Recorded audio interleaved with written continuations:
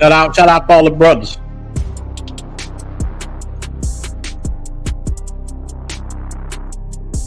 We're about to crank it up.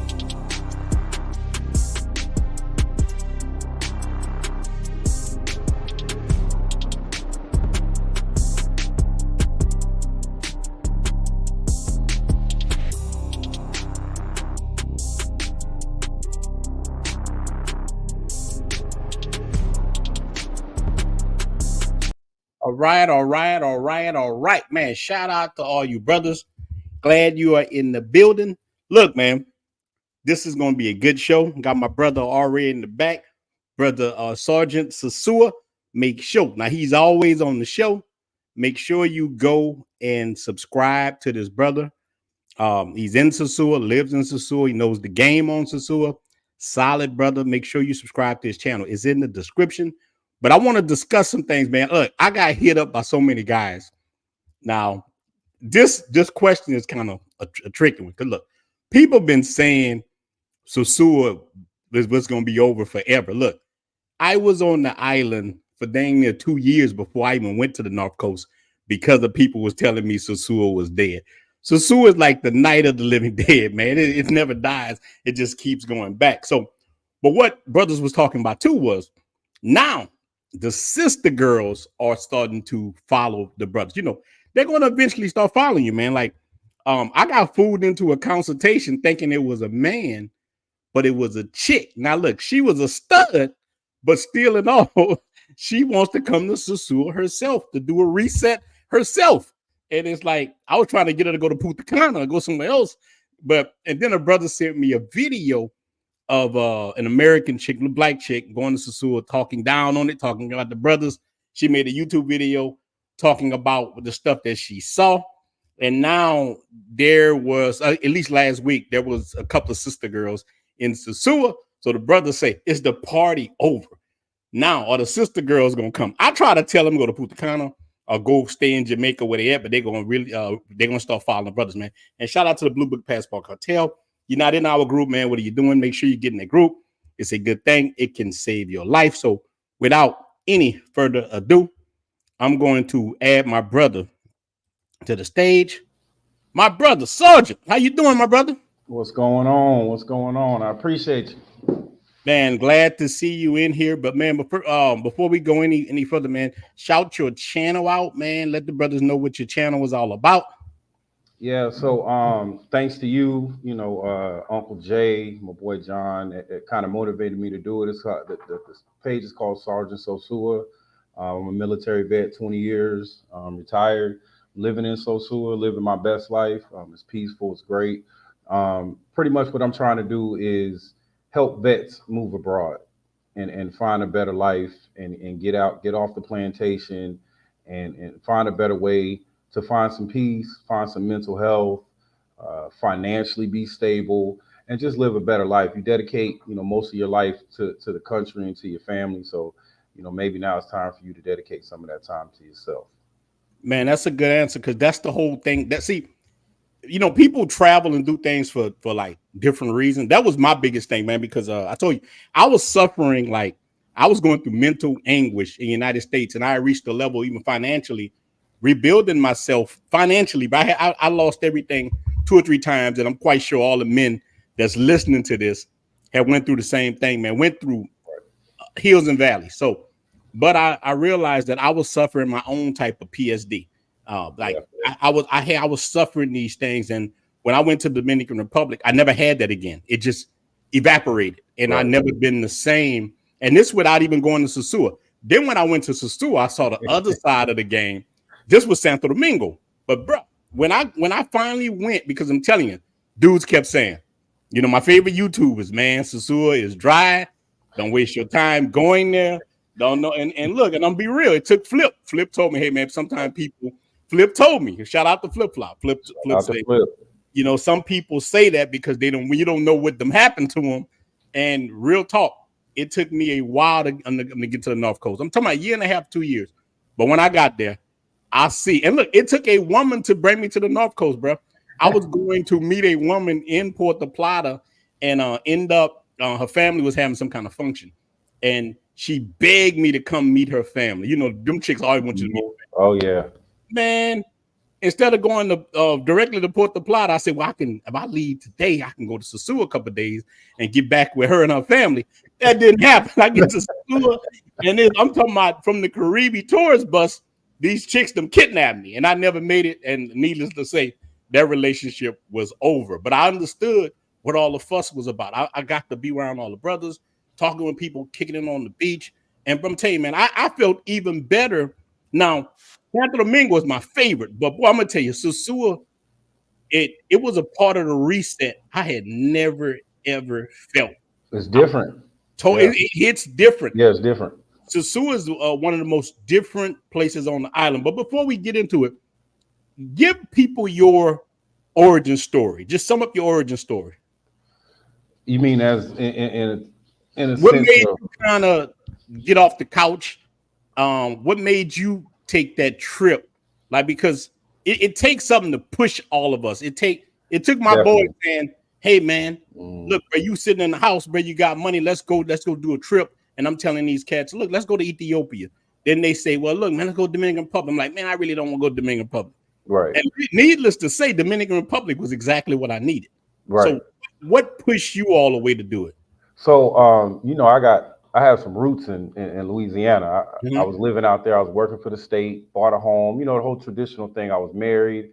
At the time, me and my ex, we were moving to Mexico. I had already got tired of everything in the United States. I just couldn't do it anymore. So we were planning, or I was planning on moving to Mexico. Um, it changed for her. I think she got scared. So, you know, went through the whole divorce. Like you said, started losing stuff, had to rent my house out, and ended up moving back to Texas with my mother. Now, here I am, 44 years old, you know, living with my mother, trying to reset, like you talk about all the time, is Yeah. starting over your life. Because men, we tend to have to do that a lot after relationships. So I'm trying to reset. And one of my friends from the military, you know, he inboxed me. He said, "Hey man, look like you travel a lot. Like you ever been to Sosua?" I had never heard of it. I had never seen it on TV. I had never been there, anything about it. So first I was hesitant. I said, "Nah, I don't know, man." And then he said, "Watch this video." And it was one of your videos, and it was actually a creep cam video, right? And I watched that video. I said, "Hey, man, I already booked my ticket, man. You just give me the dates. Like, I need this reset." So we came out here the first time, and like most of us, you get out here and it's a shock, man. It shocks you from the minute you get off the plane, Yeah. right? To see everybody smiling, everybody happy, and you see all these Mm-hmm. brothers that look like you, and they not beefing, and they don't even know you. They on the plane talking to you. I met 10 brothers on the flight that I ended up kicking it with 3 days while we was out there the first time. So when I came here the first time, I was almost sold. And then I went back, regrouped, called my best friend, said, "Hey man, I need somebody kind of with a little clearer head that wasn't just out there to cut up, take with me." So I brought him out here. He's more business minded. And Wait, that's when I met you, right? That's the time I that's when met you you. met me. Yep, that's when you met me. Okay, Yep, yeah. yep. And he came out here and did his business thing, and we kind of more of a chill. And then when I came back, Ronan, I'm gonna tell you, brother, I was sitting in my truck the second time, damn near in tears, brother, Yeah. reevaluating everything I had ever did in my life. Like, why am I still going back to this plantation when I actually was free for a minute? And when I got back, brother, I sold everything, packed up my dog, and I made the decision to go. And for a lot of military people, a lot of us have been deployed. We've been in other countries where we couldn't speak the Yeah. language. You had to stay there a year. You learn how to, you know, move around within the country, what to say, what not to say, respecting the culture, the hearts and minds, and all that stuff. So the transition for me to leave wasn't as tough because I've lived overseas in the military. Military, you know, the Army still taking care of me when it comes to financially to live overseas. Shout So out I to the military. Shout shout out out to the to the military. military. Yeah, So all the brothers.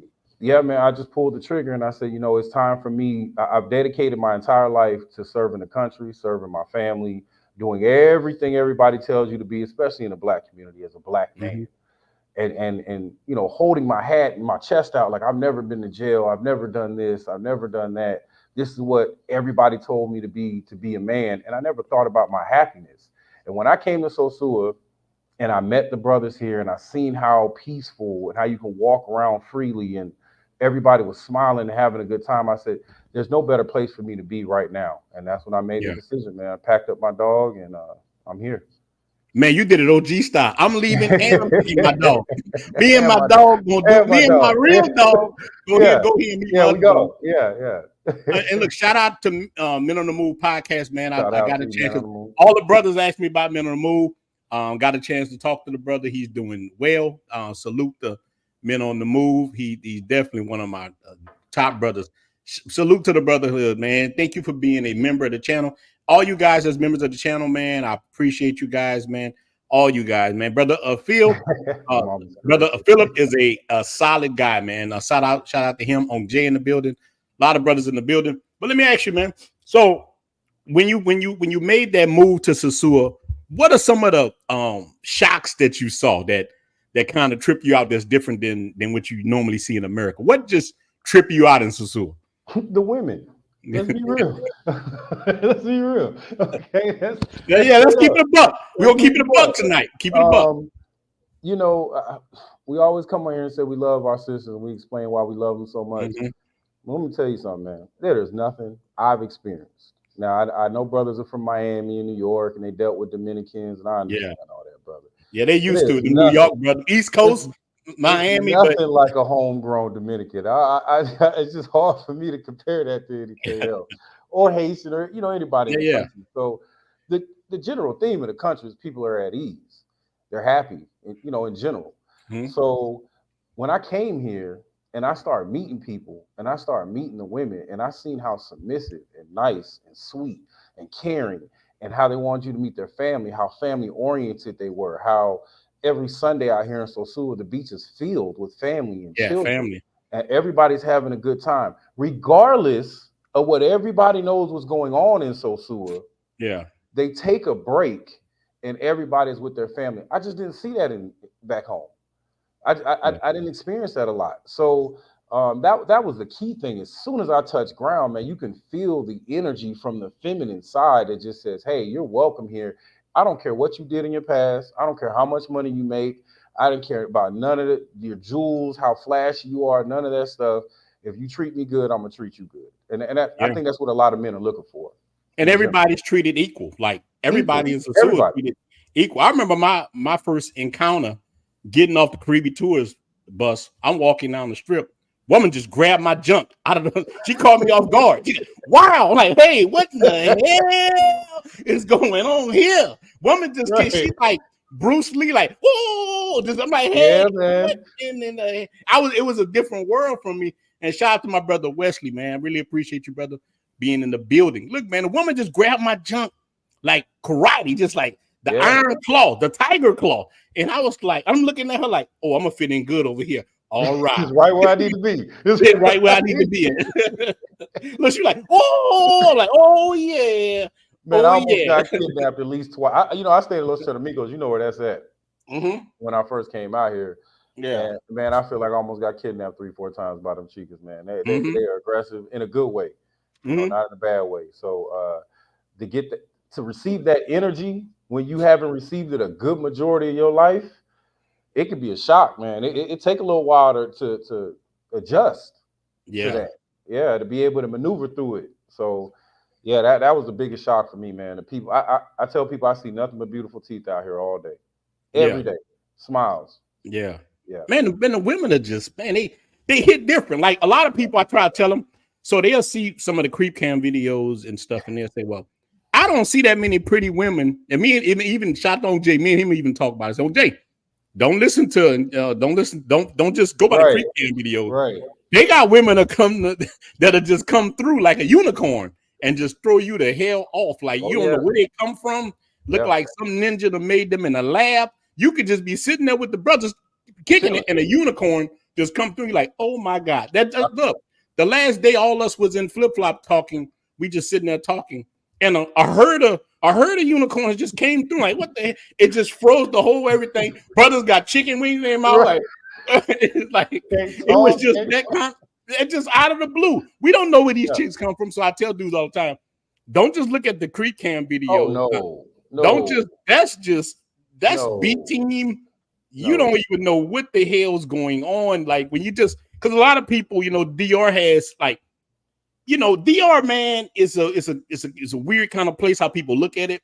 So they just equate everything to a couple of blocks. Right. They don't really understand the whole country, even the whole Sosua.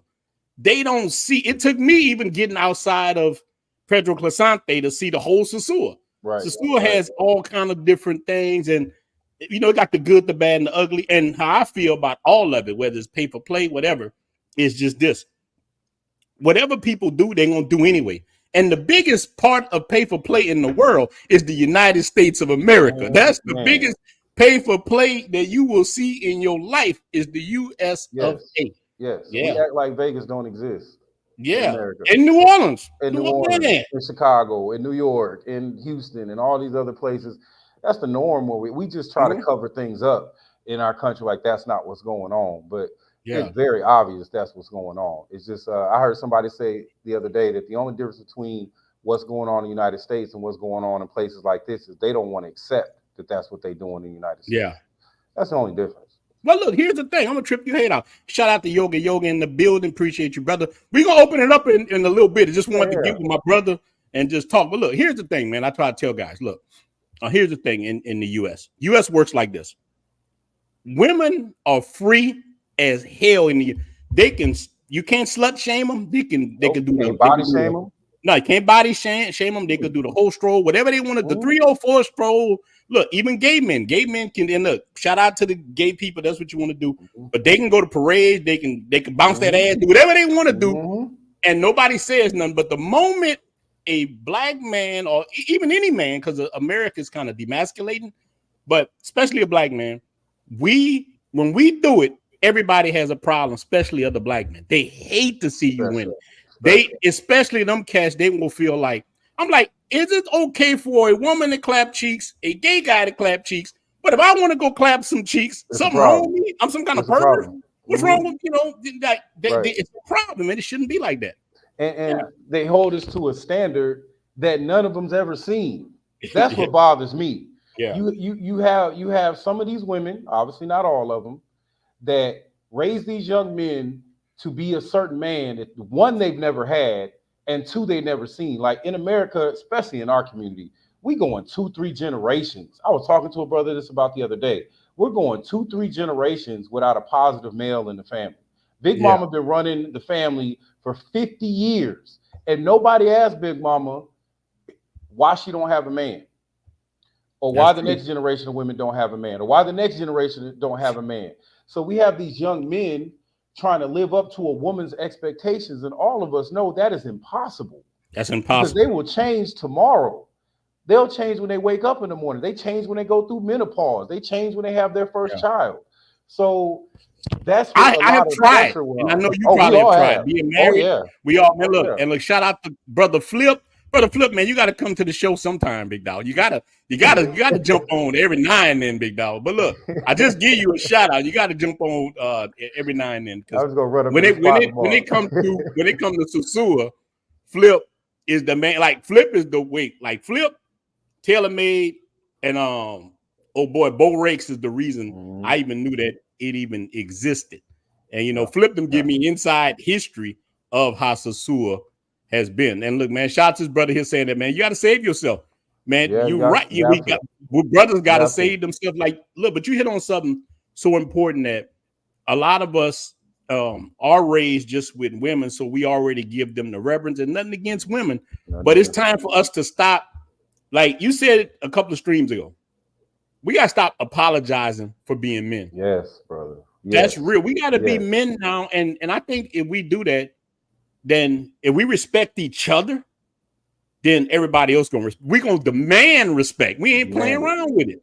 Yeah, you gotta demand it. But look, did you see these women who have been coming to Sosua lately? All these sister girls. Let me tell you, Rod. So shout out to my girl Cerise, man. That's my homie. She got me my first apartment out here in Sosua. Yeah, shout out to her if you want an apartment. Yeah. Cerise. And she interviewed him.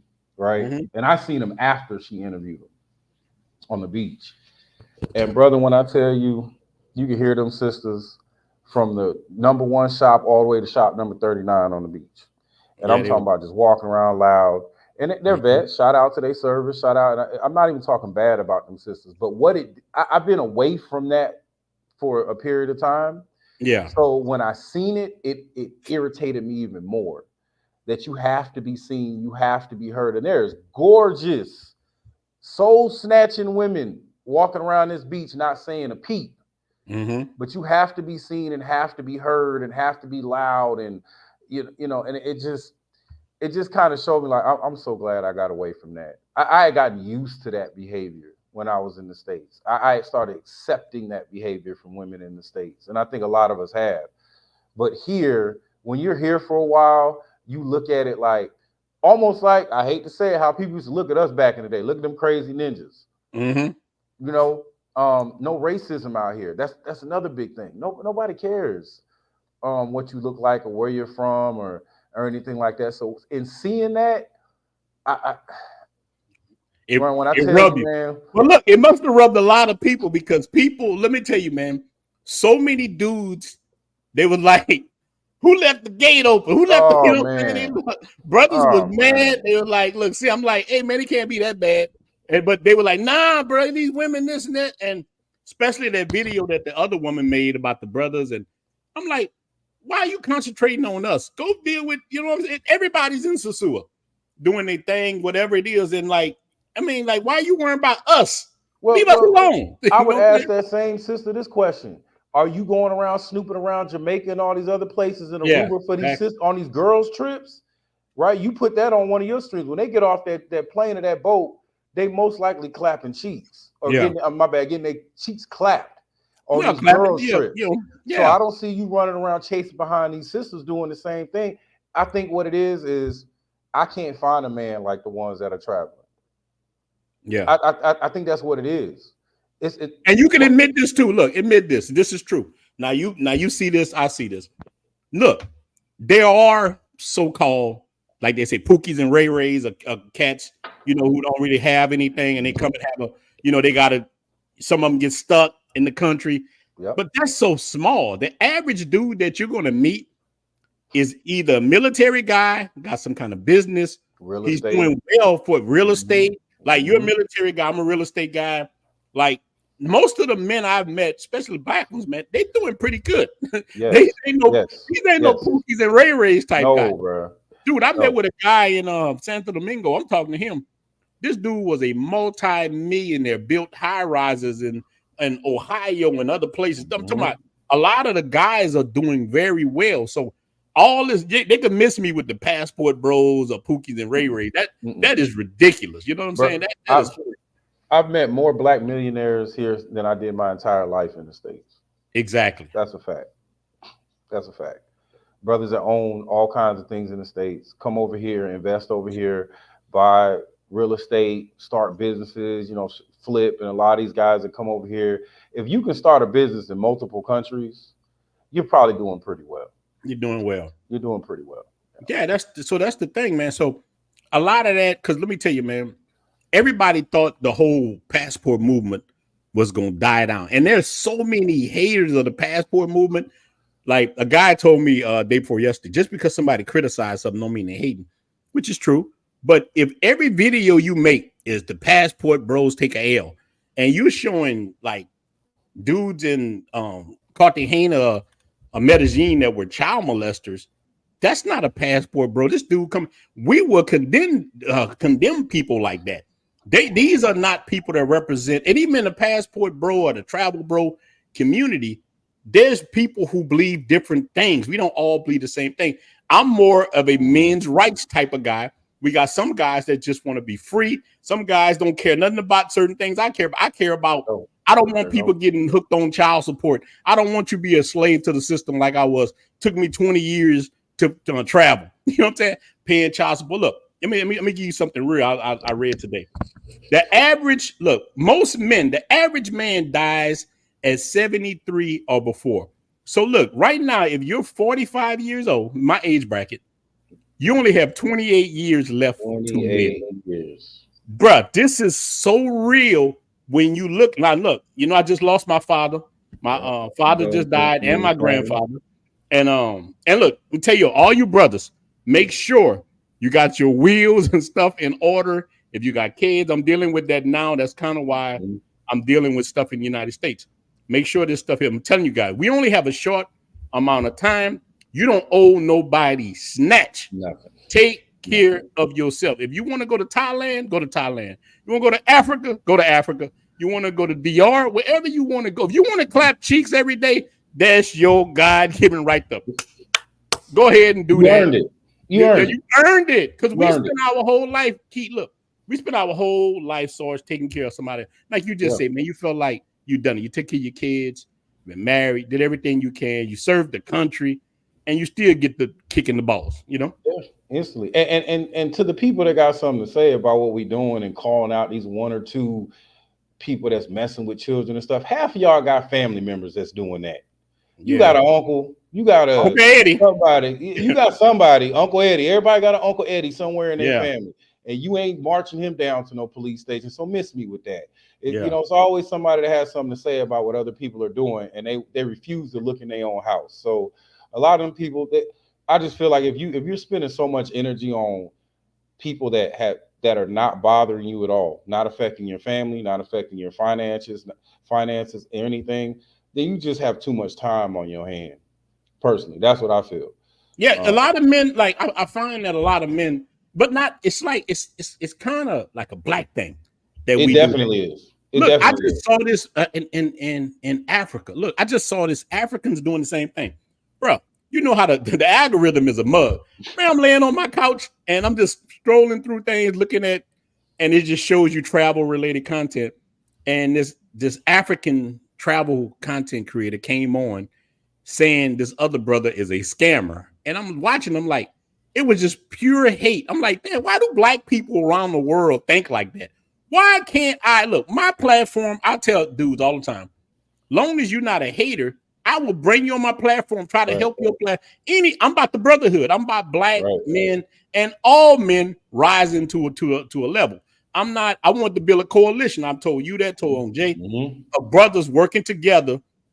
Building is something positive, whether we're doing real estate, whether we're doing business, whether we're doing YouTube, because YouTube is a business too. So, but I watched that video for a little while and I turned it off. I felt so depressed after. I'm like, why is it us that's doing that? But you know, Ronan, that's how we used to be. Even in the United States, we had Black Wall Street, right? It took them to come bomb and massacre us because, you know, we finally figured it out for that short period of time and opened up our own banks and did a lot of other stuff. So they just came, bombed us and massacred us.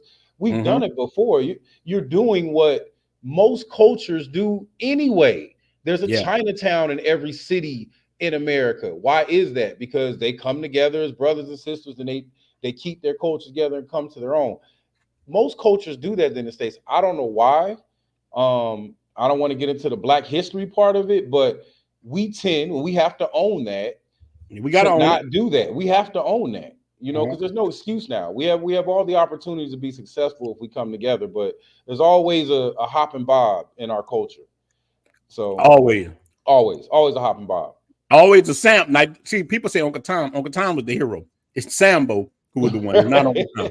I gotta let people know because people just Paul parrot what they hear other people say. So every time I hear people say Uncle Tom, I always correct and say, nah, the name was Sambo. Uncle Tom was trying to help black people. Trying to help. Yeah, he was trying to help. So I'm telling you, so stop calling people Uncle Tom. But look, the biggest thing is I think enough of us just need to do it and go with it. But let me start asking you some questions. Now, look, my first question. What are the common, like, let's say, and we're looking at this from new guys, because the guy just put on here, look, I don't know if he's new.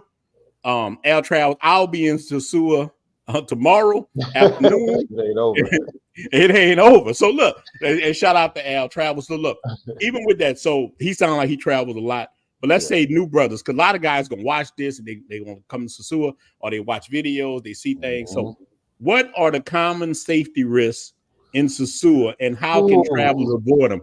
Go through a couple of common safety risks, and I'll say a few things after that. That's your first question. So and I can't take credit for all of this because a lot of the game that I'm giving people is because I listened to the people that live here. Yeah. Not the people that's visiting. I know brothers been coming here for 20 years. I listen to the people that live here. Mm-hmm. One of the biggest things I see is stop coming out here looking like you straight out of a hip hop video, brothers. I might sound old. I might be dating my age. I got it. You don't need that. It's not needed here. What you are doing in the States, none of that is needed here. You don't need to walk around here with the gold chain and the Gucci. And I'm not hating at all because I make plenty enough money if I want to walk around here like Yeah, that. I you can could, do whatever you want to okay? do. Do whatever I want to do. What I'm saying that in a safety aspect. In and when I start my channel, I'm gonna start doing safety brief Sundays. Yeah. You stand out so it's so obvious, and in some of your behavior is so obvious that it's hard for you to be protected out here. Don't walk around with a whole bunch of money on you. For what? I told a young brother this today. He sat there and showed me a knot he had. He was 23 years old. I said, when you deal with the chicas, do you pay them before or after? He said, after. I said, so why do you need to have all that money on you if she Yeah. coming back to your room and you got to pay her anyway? Don't keep that much money on you. It's pointless. Why take the chance of somebody seeing you pulling this money out constantly? These people here, these beautiful people here are living off of a fraction of what we live off of in the States, okay? Yeah, maybe $300, Maybe. 300, Maybe. maybe I was in 300. Chetamicos. Look, it wasn't a stray cat in the neighborhood. There's Mm-hmm. a reason for that. Okay.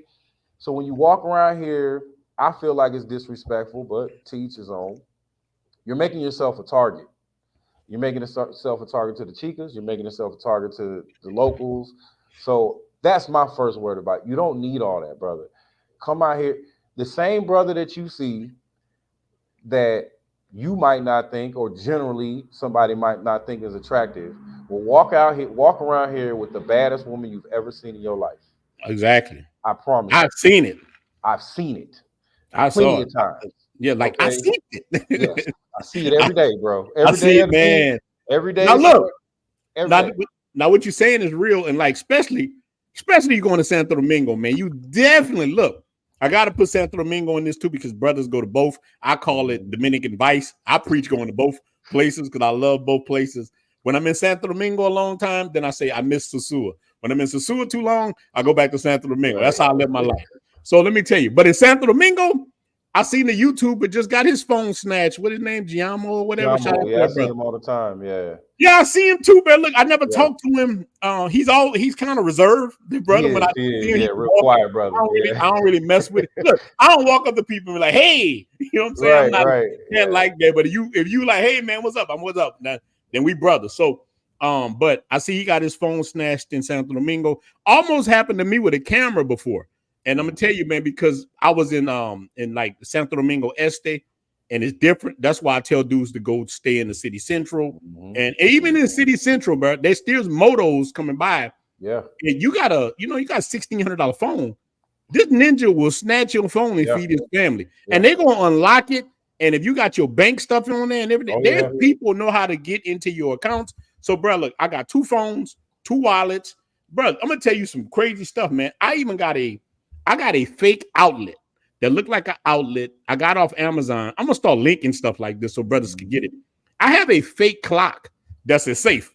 I can hang it on the wall, and it take a key to turn it, and it opens up, and I put my money in it, and I hang it on the wall. So if I'm in a place where chicas in there, they're not trying to steal a clock. No, they're not even worrying about none of that. And a brother called me. He called me the night before last, and the place he rented, it didn't have a safe. He said, man, I got this chick coming over, man. I don't want to steal my stuff. And there's nowhere to put the money. I said, oh, that's place to buy. So you got to wash and dry in there? Yeah. I said, yeah. I said, look, go lift the wash and dry up, put your money underneath there, put your wallet, just give enough to give her or whatever you're going to do. And that's all you need to do. And he did that. And he felt way better. And that's how I do everything, man. That's just how I move. Because look, I was doing that with my ex-wife. Look, this is a bad thing. We going through it. Look, she got me ready for coming to Dominican Republic. I'm hiding stuff from her. She's hiding stuff from me. We about to go through divorce. So you already get ready to kind of So I was already looking for stuff like that where I'm able to do how to move. So definitely, man, you hit on the head, man, because you can get pickpocket, scam, you can get hit. Like being too flashy brings people to you. But And I'm that's telling you, anywhere. That's anywhere you go. anywhere. Look, one of my cousins just got robbed in New Orleans the other day. New Orleans, you know how many robberies we have in New Orleans, man? Man, People always tell me, man, Dominican Republic danger. I'm like, more dangerous than here? Do you know how many robberies happen they in don't New know. Orleans and Baton They don't Rouge? know. And like, I'm just talking about Louisiana, this little small section of the game. Ron, I rented a car to go to a Pelicans game because I had just bought a brand new Jeep, Grand Cherokee. And my ex was like, we are not taking that. She from there. Shout out to Holly Grove. She out there. Mm-hmm. Oh, Holly Grove. Yeah, she told me, no, we will rent a car to drive an hour to go. We are not parking that truck on the street. And I promise you, we came out that Pelican game and there was all kinds of windows broken out, cars broken into, and so gunshots after the game. So Yeah. I haven't heard a gunshot since I've been here. Not one. I'm telling you, man, so it's a different level of safety. And that's the thing, look, even with shout out to Jay again, shout out to me and Jay was talking about this on the stream before. In Colombia, people highlight a lot of things in Colombia, but when you look at things in the states, in the cities that we come from, man, Colombia and DR, they're small compared to the stuff that we deal with in the United States, man. God, yeah, I told a guy the other day, when was the last school shooting you heard in this country? Movie theater shooting, church shooting. Did they have one yesterday, right? Yesterday they had one in the United States. Yesterday or day before? I lose track. I honestly, bro, just had one. See what I'm saying? I lose track. So that's what I tell people is when you try to say, okay, it's dangerous there, what are you comparing it to? Because last I checked, we're probably the most dangerous country, one of the most dangerous countries on the planet. So yeah, what are you really comparing it to? Because I know I can walk around here all day and all night, and I see children playing at 10 and 11 o'clock at night in a park in Sosua, right? So it is by far the safest place I've ever lived in, without question. yeah. I mean, especially look, tell him, man. Even in the barrio, in my crib in the barrio, I could walk around. Mm-hmm. It's cool. I feel more safe there Right. than I do in the United States. I'm talking about even there. So yeah, so there was a school shooting. Yeah, the brother saying that was yesterday. God, dog, man, Morgan, that's crazy. So yeah, so I'm telling you, man, there's things happening, and I'm gonna tell you, as a melanated person, black, whatever you want to call yourself, you're gonna feel way better in the DR. Yeah. I'm telling you, you're gonna feel way better, man. And I like what my brother Rob saying about putting the money in sneakers. I've been doing that for a long time. I'm telling you, man, but you just gotta be careful, man, because I think a lot of us, like sometimes a lot of us when we travel, man, we have that kind of colonizer mindset too. Like we come in to save people, and it can get you in trouble. We like brag a little bit too much. We do, and I'm like, and because especially when women come around, I try to tell dudes, you don't have to brag to her. She's not going nowhere, and if she leave, you can replace her very fast. Like dudes don't understand the level possibly that night that you can replace a woman so fast. Oh yeah. When women act crazy with me and DR, I give them that eternal look. Remember, Lawrence Fishman look around. I get him that look like that because I'm like, I will replace you in this amount of time, and it's not saying I devalue them. I overvalue myself. It ain't got nothing to do with her. I value myself because, like we just said, the average brother living to 73. You know what I'm saying? Average. Thank God, like some people live longer than that. But if I only got 28 years left to live, I ain't about to waste none with you. I ain't wasting nothing with you. My block game is strong out here, bro. It's strong. Real quick. First time you say something or do something that I don't agree with, or you start being too needy, or you start being too jealous, or you start trying to control anything I'm doing, I don't have the energy, especially not to do it in Spanish, to argue with you. So my block game is strong. Yeah. Sometimes I'm gonna tell you, you're gonna win anyway. Because listen, I found that this, man, anytime I left a woman in the DR, I got a better chick. Look, sometimes when you first come, you deal with women who's not, I mean, I'm gonna be real with you. you'll deal with a, like, let's say in the United States, she might be an 8, but in the DR, she might be a 5. Right. You'll be with a 5, arguing with her every day, putting up with stuff. I done did it. I'm telling you, I'm Right. open book. I keep it 100. Mm-hmm. Some of the first chicks I've dealt with, some of them with 5s now, what you can deal with. Man, you can deal with some chicks you won't even believe with in the DR. Like, look, I looked at some NFL players' wives and chicks they deal with. A dude work at Home Depot can get better than some of the guys that's in the league. You come to the DR, and I'm telling you, you're dealing with women that look so. These dudes, man, got millions and millions of dollars dealing with chicks that you got some 10 times look better than that, and that's real talk. They soul snatchers out here. I'm a testament that they are soul snatchers out here. Some of the most beautiful women on the planet that I've been to a lot of places, but they're some of the most beautiful women. I think a lot of it has to do with the environment, how they eat, how they live. A lot of that has to do with they're always in the gym. They're always in shape. They take a lot of pride in their appearance without all the extra stuff. Now, Sosua, you're going to get all the surgeries and all that stuff. But that's our fault. I believe that's our fault. That's hip hop culture, telling these women to look like a Kardashian and the rest of them because that's what we like. But you were so right. I think I said on your last live, like, I almost fell for a Vega chick. I almost was like, okay, that's it. I'm done. I'm wrapping it up. Like, and she wasn't here for about 3 days. I had to catch myself. Like, wait a minute. This is not what you came out here for. So, like you said, man, like a 8, an 8 or 10 in the States out here, that's a 5 or 6. She can easily get you hooked out here, and it's not so much about how she looks; it's about how she treats you. That's what we're not used to.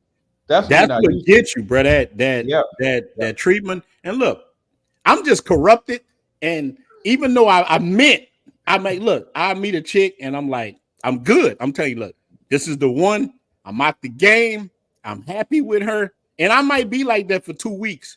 And the full moon come out. People laugh about the werewolf, but the werewolf is real in DR.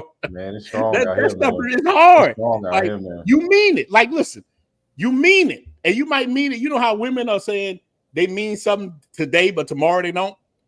When you there, like I tell people, the DR flips. It's not like the United States. It's the opposite of the United States. Like I tell dudes, you the fine chick. What you mean? Yeah, you the bad B. You the bad B. You the bad beaut. You the beaut. You come there, you the bad. And people like, what do you mean you the bad beaut? You the bad beaut, man. I keep trying to tell Cash that when you're in the DR, like you on another level. And I'm not telling you to exploit people. I'm not telling you to do none of that. But I'm telling you that you have way more power than you kind of realize. Power that a lot of us have never had, never experienced, because we're so used to catering to these women in the States that like Big Shirley's. We so used to thinking that's all we can get, and then you get here and you have this gorgeous woman pretty much doing whatever you need her to, treating you good, introducing her to her family, taking you out with her people. They all accept you. A lot of us, we beef with their families just as much as we beef with the women we with. It's not like that here. It's almost a complete opposite. Like they'll get on her about not treating you good. Yeah. So that's different. It's a shock. It shocked me when I came out here. It took me a little while to be able to navigate through that. All right, so you just led into something else too that I want to talk about. Like it take a while, but eventually you do get used to it. Like when you first come, man, I'm telling you, man, you're savage. You're Conan. Like I told you, so one of my cousins, man, his first time in Sosua, this is before you came. My cousin had found out a woman had a baby for the pastor, supposed to be his baby. I remember that story. Yeah, that's real stuff, man. So he comes there, man, and now look, he lives in Santiago now with my cousin Ken. Got a beautiful chick, and every time I talk to him, he's very happy. But he came to Sosua. Sosua saved his life, man. He wanted to hurt that woman and the pastor, and he was hurt that the woman was giving them Junie cakes to the pastor. And look, I told you how he saw the baby wasn't his. He held it up, and the baby smiled, and it was the pastor's smile. And it got him, but Sosua saved this man's life, but he went hard. Like he had to get it out of his system. He went $1,600 in a couple of days. I'm like, man, what the hell did you do? You know what I'm saying? But he turned to the return of the Mac. Return of the Mac. It brought him back to reality. So, I mean, I'm like, dude, don't spend money like that. So, why you think men just like, no matter what we tell them, hey, man, don't give these women all your money. They do it anyway. So, what do you think about that? First of all, you can't tell ninjas nothing. You got to show them. Right? Let's just get that out the way. Right? Yeah, you can't. Right? Let's just be real with our people. Okay, that's just number one.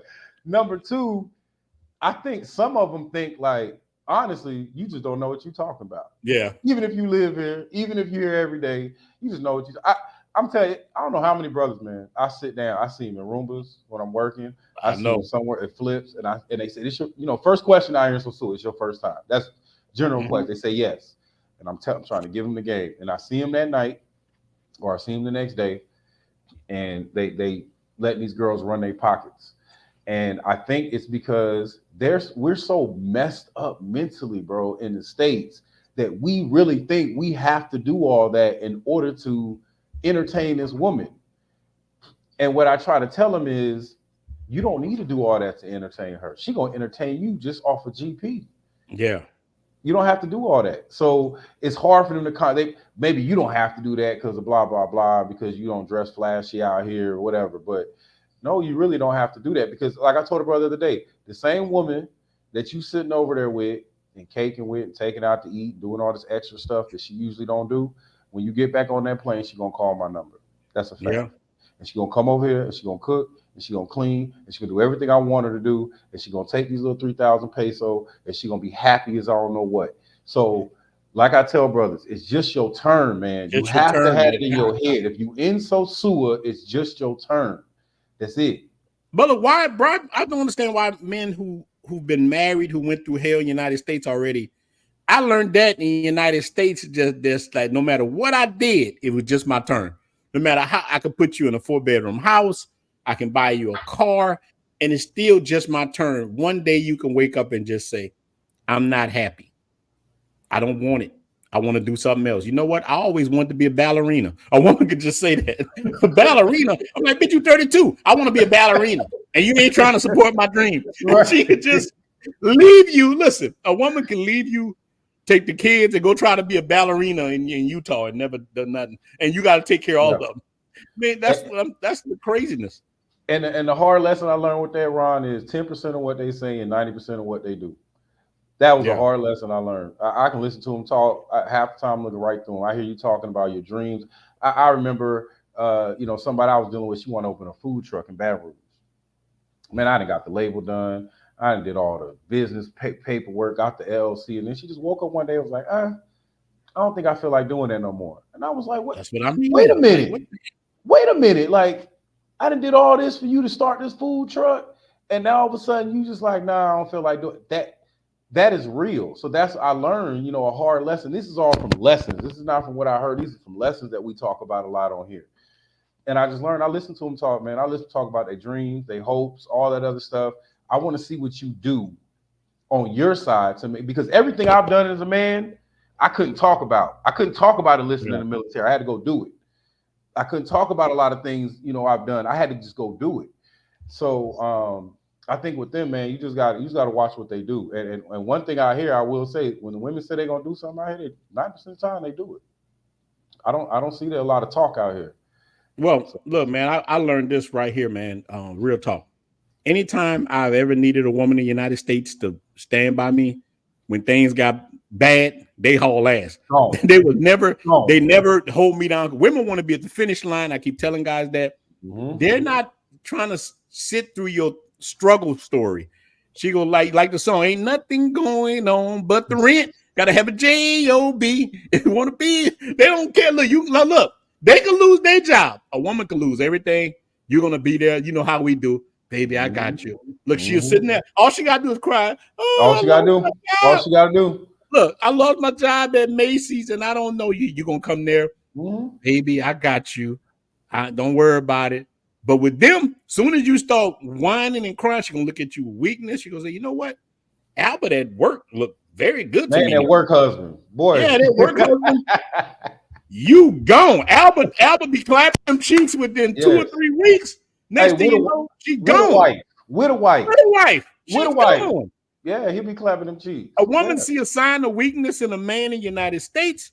Oh, man, she is gone. And look, this is the real thing about it, man. Women in the United States, remember, it's opposite. The women have so many options when they're younger. I'm talking about the younger women.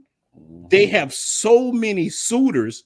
They ain't got to put up with you. Nope. They could just go ahead and somebody else gonna catch them. They could jump out the plane without a parachute. Some ninja gonna jump out the plane. Out with Dude, I see dudes walking around with chicks look like MMA fighters. I swear to God, some of these women look terrible. And these dudes just as happy. They're holding hand. I'm looking at them like I'm like Harriet Tubman. Ninja, come on, you can make it. I got you. Like, the gate is open. Come on, brother. You can make it. Leave her ass and the woman talking to them. Push the basket. Why you taking so slow, y'all? Push the damn basket. I'm like, get to the chopper. I'm looking at him like, get to the chopper. Please, the woman look terrible.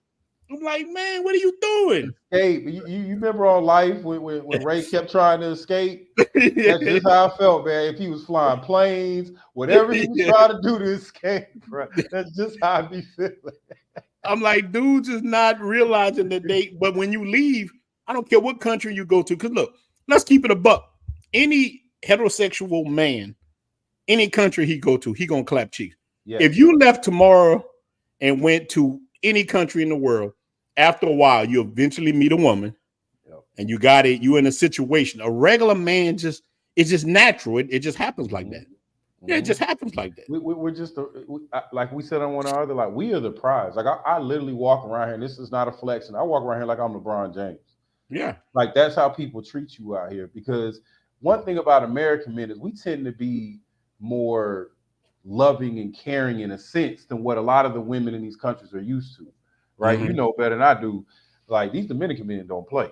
Right? They don't do a whole lot of talking. They don't do a whole lot of what do you want? What you want? They don't do none of that.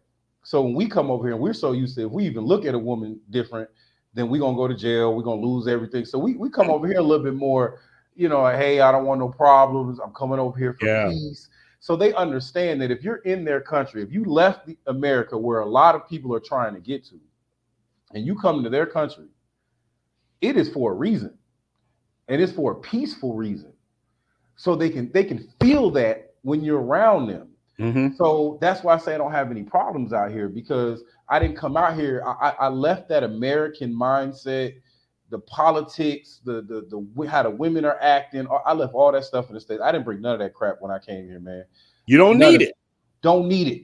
I came over here and said I'm gonna put myself in the culture. I'm gonna learn the language. I'm gonna learn how they do things, and that's where I'm gonna be. And if you do that, especially if you're moving over here, you won't have no problems. Yeah, man. That's definitely. I'm telling you, man. Them dudes are not ready for what they're going to. No. They're not ready. They're not ready for what you're going to experience. Like I wasn't ready. I'm gonna tell you, man. I felt like I was threw out in a Shark Tank, and I wasn't prepared for what was going to happen, and I freaked the hell out. And I tried to eat all the M&Ms. I had a jug of M&Ms. I wanted all of them. I want all the pudding. Give me all of them. And it's all just like, bro. I wouldn't take no prisoners. Look, I didn't take none. So look, I had to get this, man. Look, this is real talk right here. Look, this is real talk. Let me tell y'all, brothers, something right here. K2 plus D3 vitamin. I got a link. I got a link in the description about this. I don't get paid for it or nothing. I'm just showing you, brothers, what's the real. This vitamin right here changed my life. This K2, it opens up your blood vessels. Boy, it keeps you from having blood clots, especially us as men, especially African American men. This will keep you from having a heart attack, but this will give you. I know it's too much information. It will make you rock hard, big dog. This stuff here, that's stuff. This is natural, honey. I'm telling you, this is natural. K2 plus D3, brothers. Make sure you take this. It's gonna take a couple of days to get in your system, but you're gonna wake up one day. Standing up, attention! You're like, what the hell? That's like when you was young. Yeah, you're gonna feel like a young kid. You're gonna be like that, and boy, you're gonna slaughter cheeks. I'm telling you, will slaughter cheeks. I'm just putting that out there to the brother. But let me ask you something out here, man. Like Sosua Nightlife, how should men approach the Sosua Nightlife before we let people on, I want to ask you this, and then I'm gonna open it up, and I let a couple of brothers on. But let me ask you, that nightlife in Sosua is different. I've never experienced nightlife like I experienced in Sosua. Sosua nightlife hit different. So how should people stay safe doing the nightlife? I'll go back to what I said earlier. You don't need all that, brother. You don't need all that. Don't come out here. And I get a lot of input from the chicas. I speak to them. I ask them questions. When you live out here, Flip probably speak to this. You get to knowing some of them, you get to seeing some of them. So one of their biggest, I want to say, issues is that we come out here and lose all our street smarts when we step foot in the country.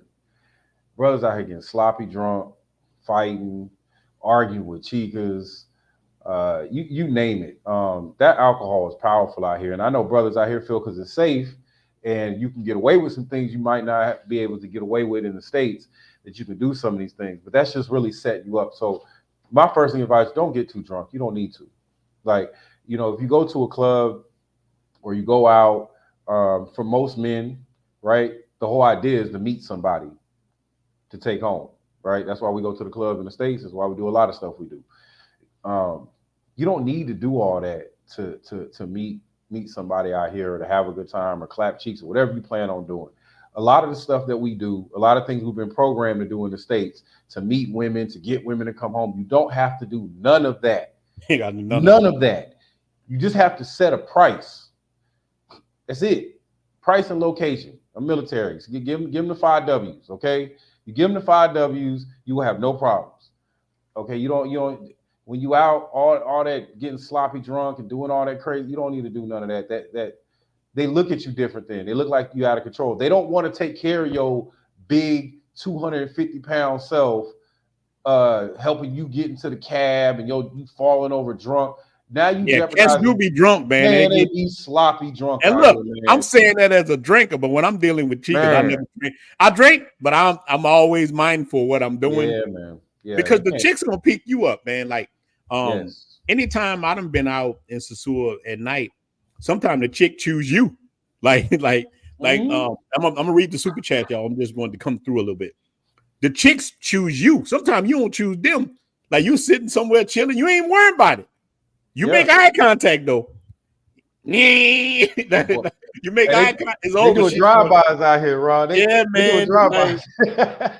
It's like, man, look, I'm not even trying to clap no cheeks. I'm not trying to bust nobody now. They don't give a damn. They're gonna just that's just what it is. So look, being safe like that at night and doing these things. So let me ask you this before I'm about to let people on. Why do you think though Sosua gets that much hate? And here's what I mean. I get this all the time. Dudes send me emails. I don't know if they troll accounts. They'll tell me all the time, man. Sosua is for busters and pookies and ray-rays. That's all it's for. It's like y'all guys promoting like pay for play. I'm like, it's all pay for play. And look, if anybody watch my channel, I'm consistent. I tell people all the time, I'd rather hunt women. That's why I say my name, Senor Lobo. I'm the wolf. I would rather hunt a woman, but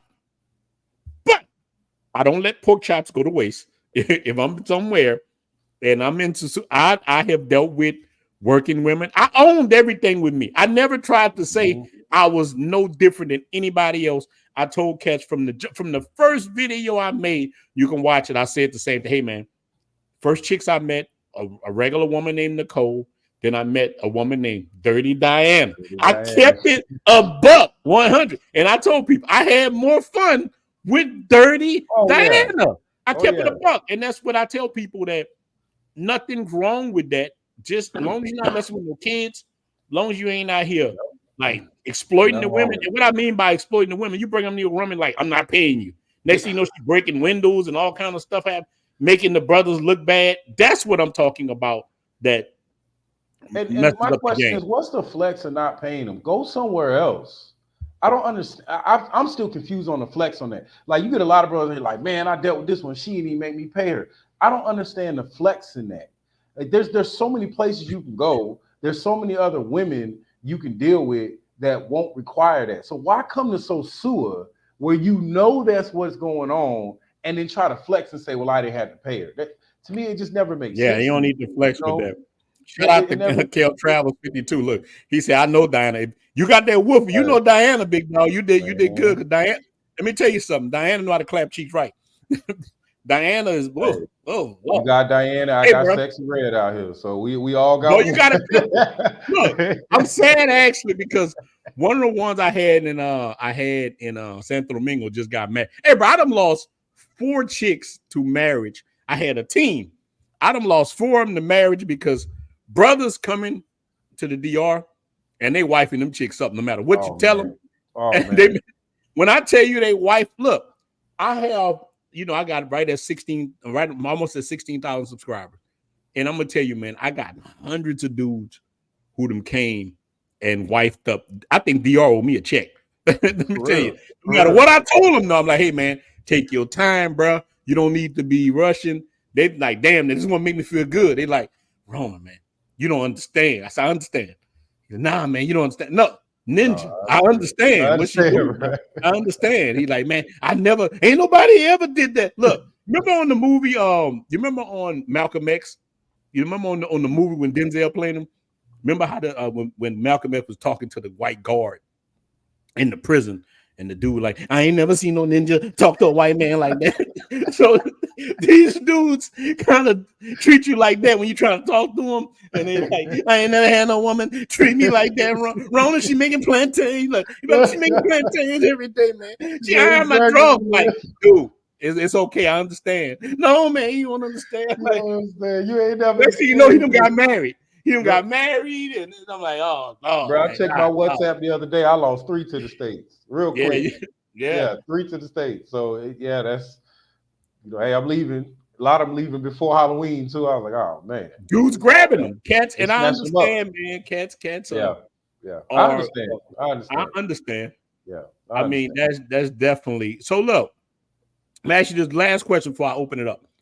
What should men be aware of dealing with women in Sosua? Like you in that environment. What should men be aware of? Like to kind of be cautious of, and just to kind of, you know what I'm saying? And it kind of tie into what we just was talking about. I would understand that these women are professionals of what they do. This is just from my experience, right? Mm-hmm. They are professionals. They some of these women, if they in their 30s, they probably been doing this for 12, 13, 15, 16 years. They are way better at it than what you think. Yeah, they're good at it. So don't come over here thinking you have all the game. They've been doing this in their country. They're very good at it. So I would say be aware of one of my biggest things is the running meter. That's what I call it. Electric bill, right? Oh, man, so a lot of brothers come out here on like Wednesday, Thursday, right? They meet a chica the first day. They're not leaving until Sunday or Monday. The chica say, I just want to be with you. I don't want to be in the streets for 3, 4, 5 days. And you say, okay. And you kick it. She kick it with you every day. You doing all these events. Come Sunday, before you leave, you going to get a bill. And it's going to be a lot higher than what you would have gotten if you just would have paid her after the first night and let her go about her way. I call it the invoice. They give you the invoice. Yeah, I call it electric bill. Right. Yeah. So that's what I would say I'm starting to see a lot of, right? So I tell brothers, like, it's okay. I'm not telling brothers not to hang out with one chica. I'm not saying none of that. All I'm saying is get everything clear and upfront before she steps into your room, villa, or whatever. Get it in writing, screenshot it, do whatever you have to do. Because that running meter I've seen brothers this past weekend before last, call me or see me out and say, man, she hit me I had to pay her $700. She called the police, blah, blah, blah, blah, blah. And I said, I told you that when you sitting on the beach and you drinking and you having a good time, and she's such a good woman and all, I'm not saying she's not.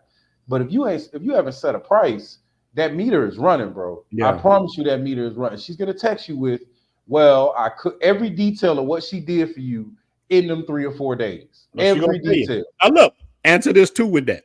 Now, it's a big difference from you come and visit for the weekend and you a guy that lived there. When you live there, you get a whole different thing. You're not paying money like a cat coming on the weekend or whatever. No. And if you want it, I'm doing a video coming out about this right here. Should you get a girlfriend or not? If you want it and it's talking more or less about like outside of Sosua. Right. But still, I tell dudes this all the time. Even though there's other places outside of Sosua, you can fall in the same trap in Santiago, Santo Domingo. I've saw it. These women you'll think they one thing, but when there's something else, next thing you know, you're in love. You go to the United States. I've saw chicks who don't want to go to the United States, but they will drain ninjas that's working in the United States. They would drain dudes like, hey man, I'm sending her this, and I'm like, man, don't send them chicks all your money, big dog. When you going back next year, I go back. Look, it'll be right now. I don't go back till February. I'm like, why are you sending this woman money if you ain't going back till February?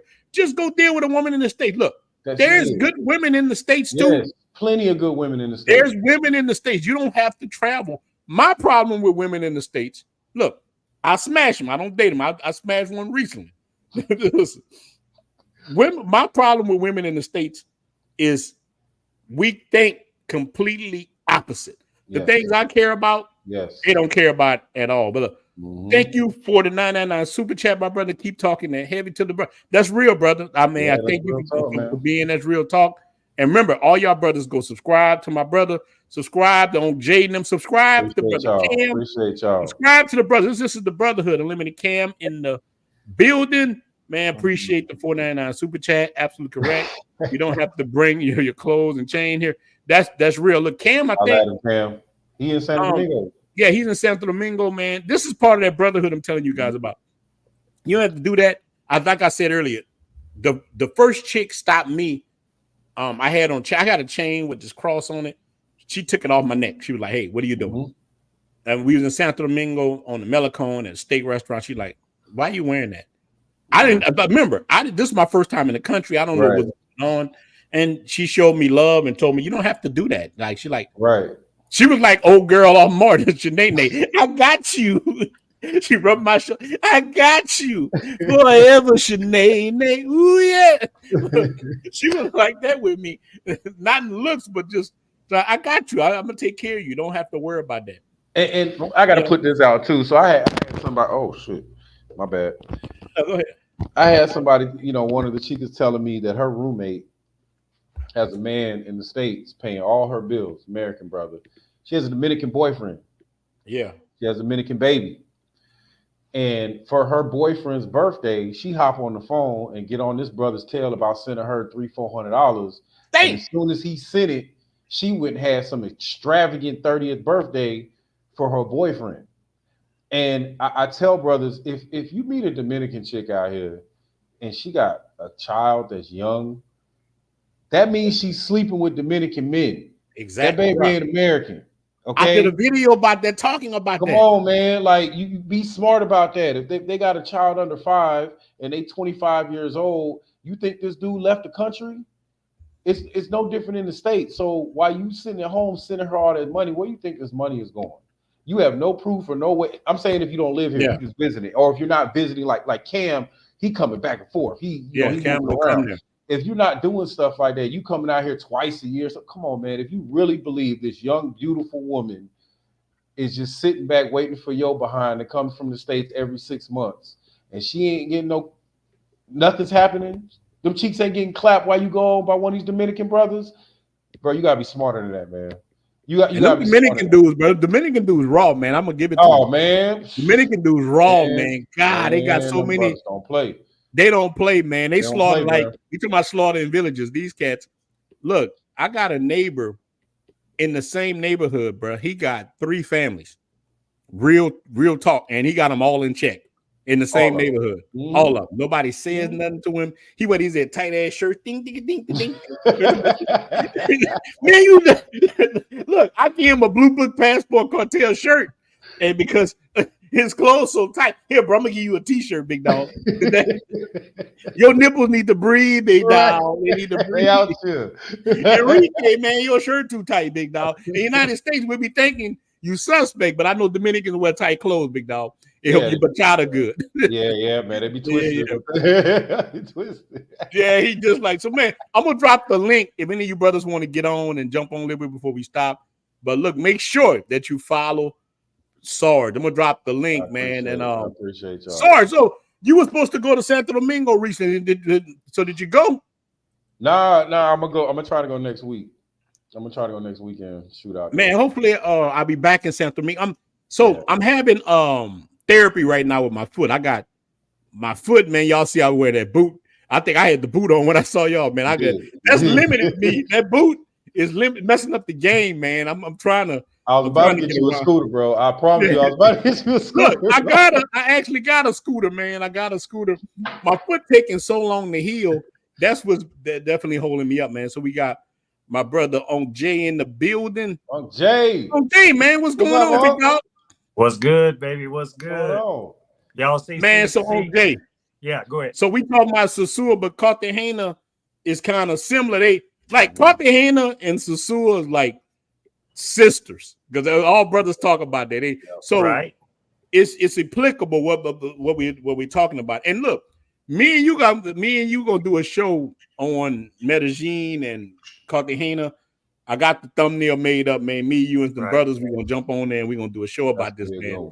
About why brothers come to Colombia and crash out when they don't have to. All they need to do is contact you, and you'll show brothers how to not crash out, just like Sarge Sosua. You come in there, all they gotta do is talk to you. All they gotta do is talk to Mr. Flip Flop. That's Mr. Flip Flop. Look, all you gotta do is go to Flip Flop. All the game.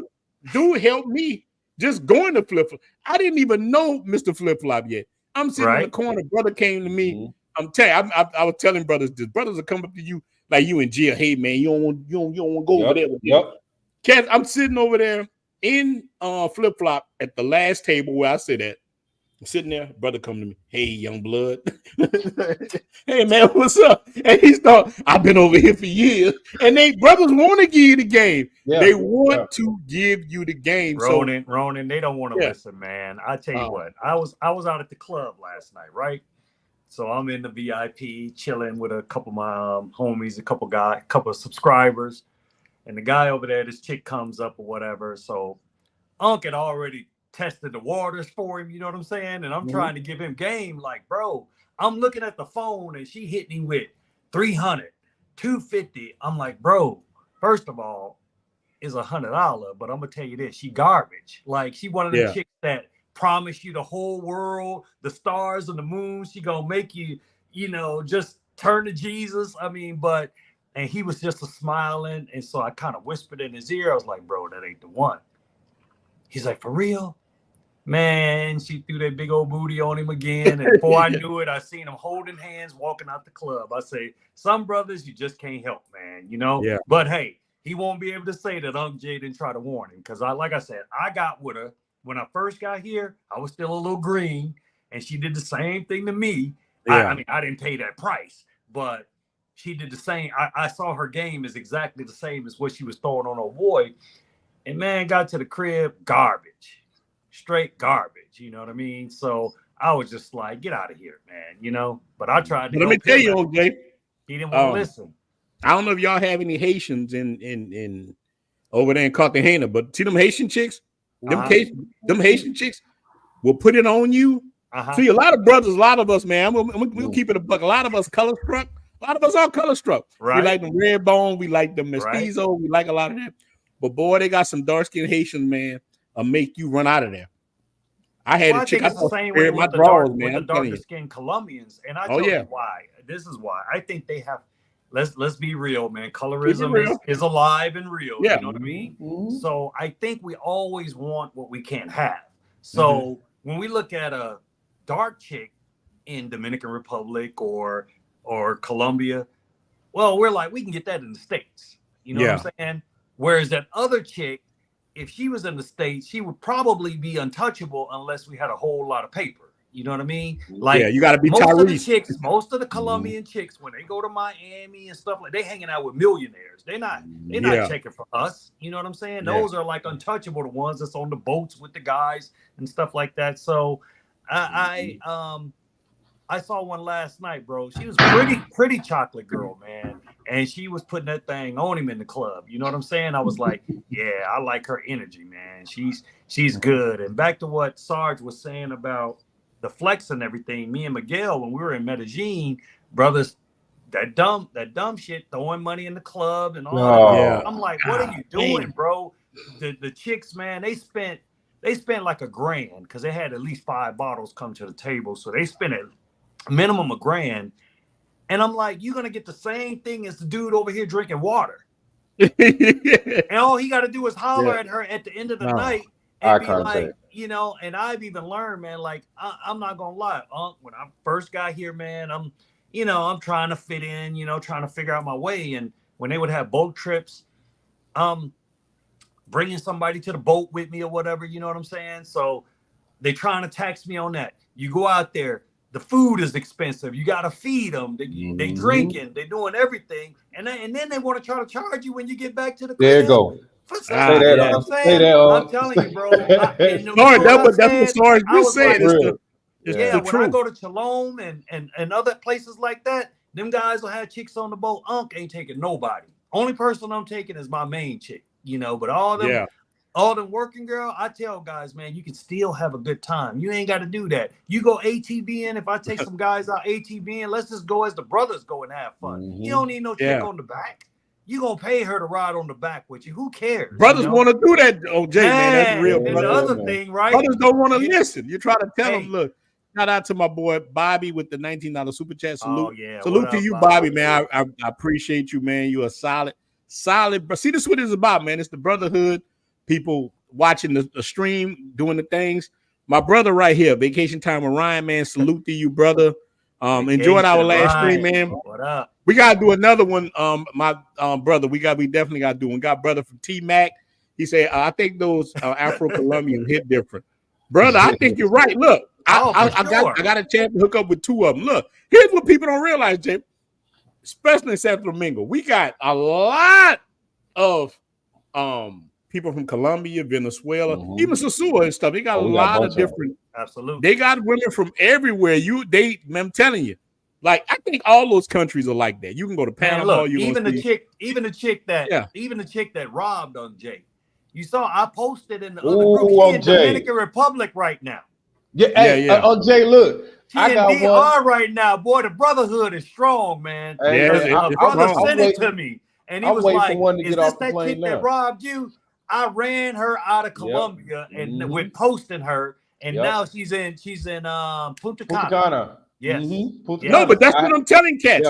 These chicks, they gonna come to different places. I'm telling you, they come to. And she's probably running the same game. Because matter of fact, she's on. If you want to know who she is, she's at the 110 mark on Relo's. Like maybe 2 videos ago, talking about Punta Cana, whatever. But everything, you guys, man, that I was listening to is definitely correct. When I tell guys the same thing, man. Leave that United States mentality over there. You don't have to do all that. Y'all see me. I got the Jesus piece. The guy told me it was for protection, but this shit worth $20. You know what I'm saying? They don't want this. They like, we sold that nigga this stuff. Right. We don't want that junk. You know what I'm saying? But the brother said it'll protect me, so I'm gonna rock with it. And I ain't even Catholic, but I'm gonna rock with it. And ain't nobody checking for Jay. I actually got one similar to that too. I walk around with audio with.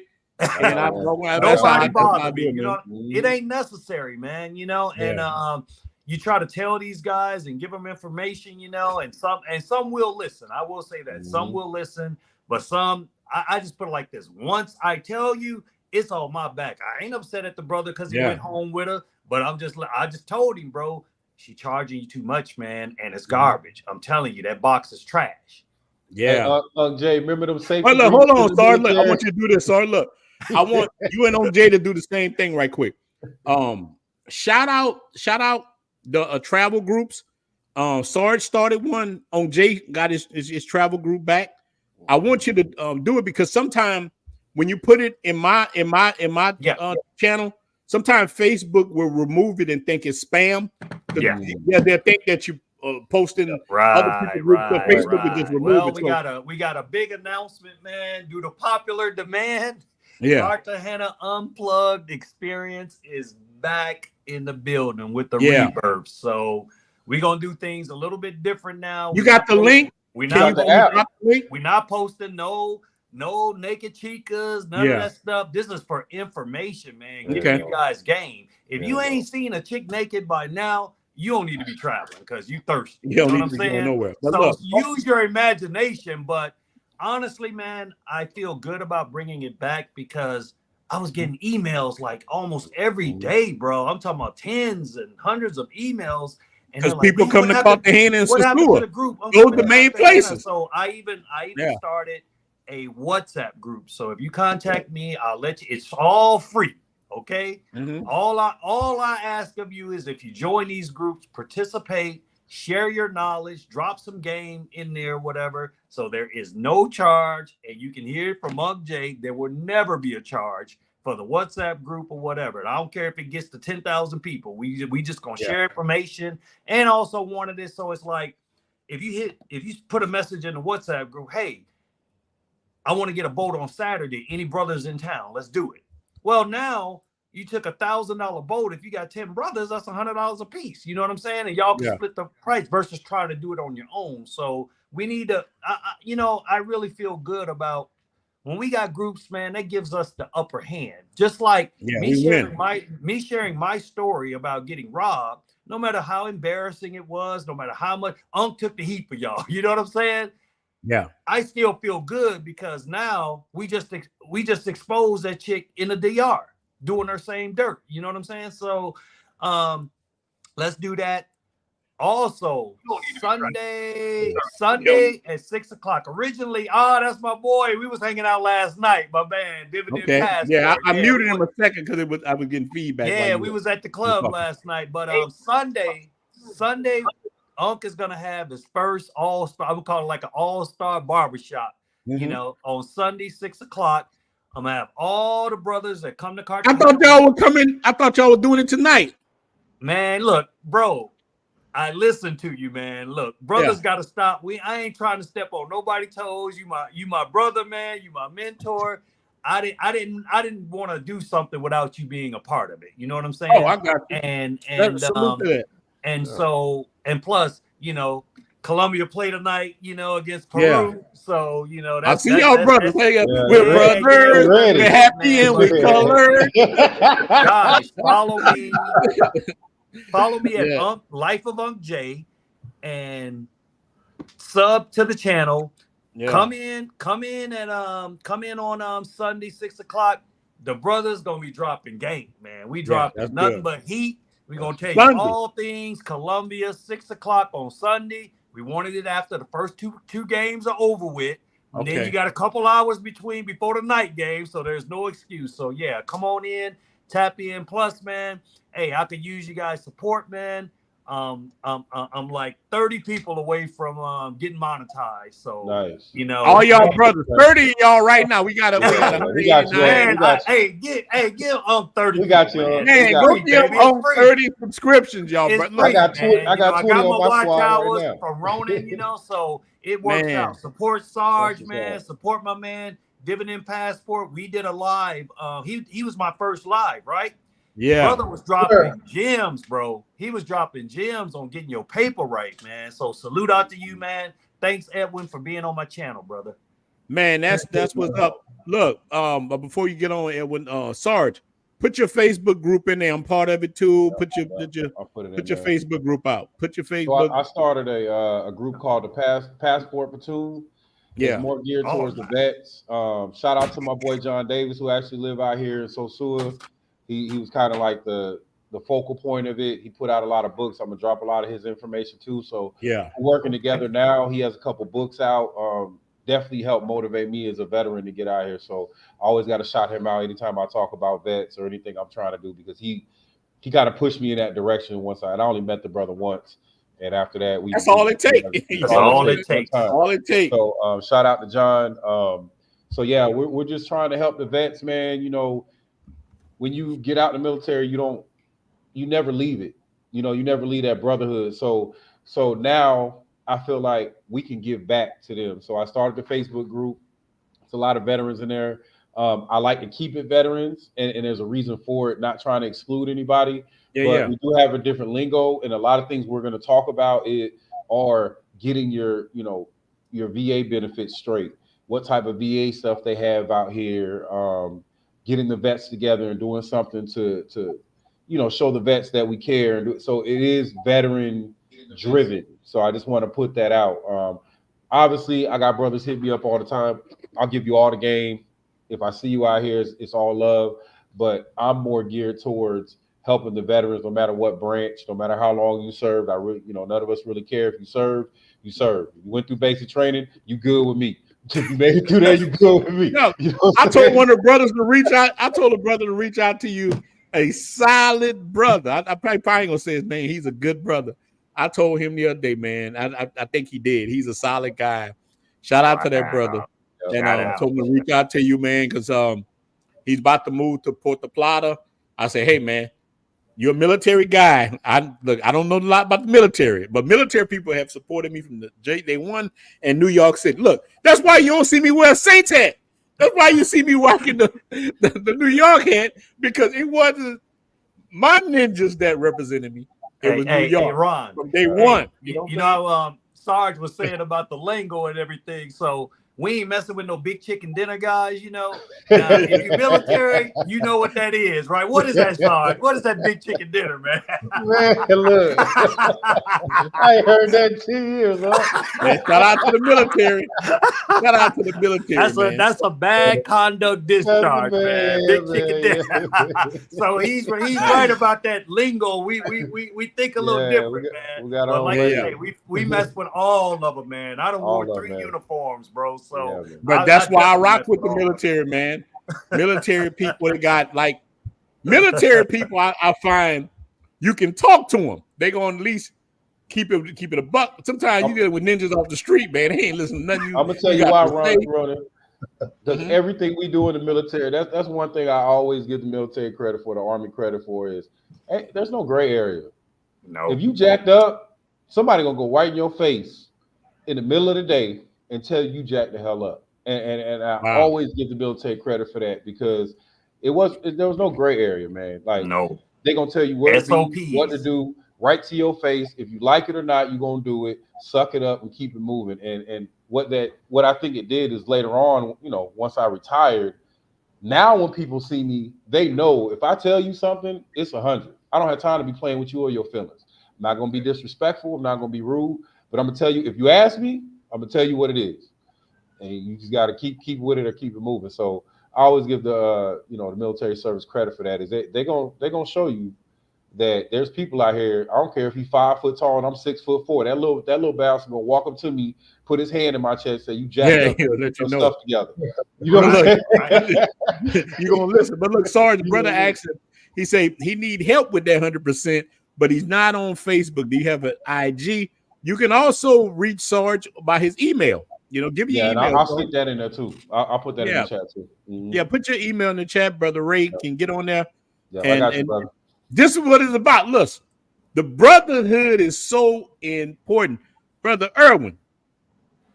Yes, sir. Man, I saw you guys on. I've been watching you guys, and I'm like, man, let me see if they're gonna drop the link. And then I saw on get on there. I said, okay, let me check it out. Be looking for this link so I can get on here and talk to these guys.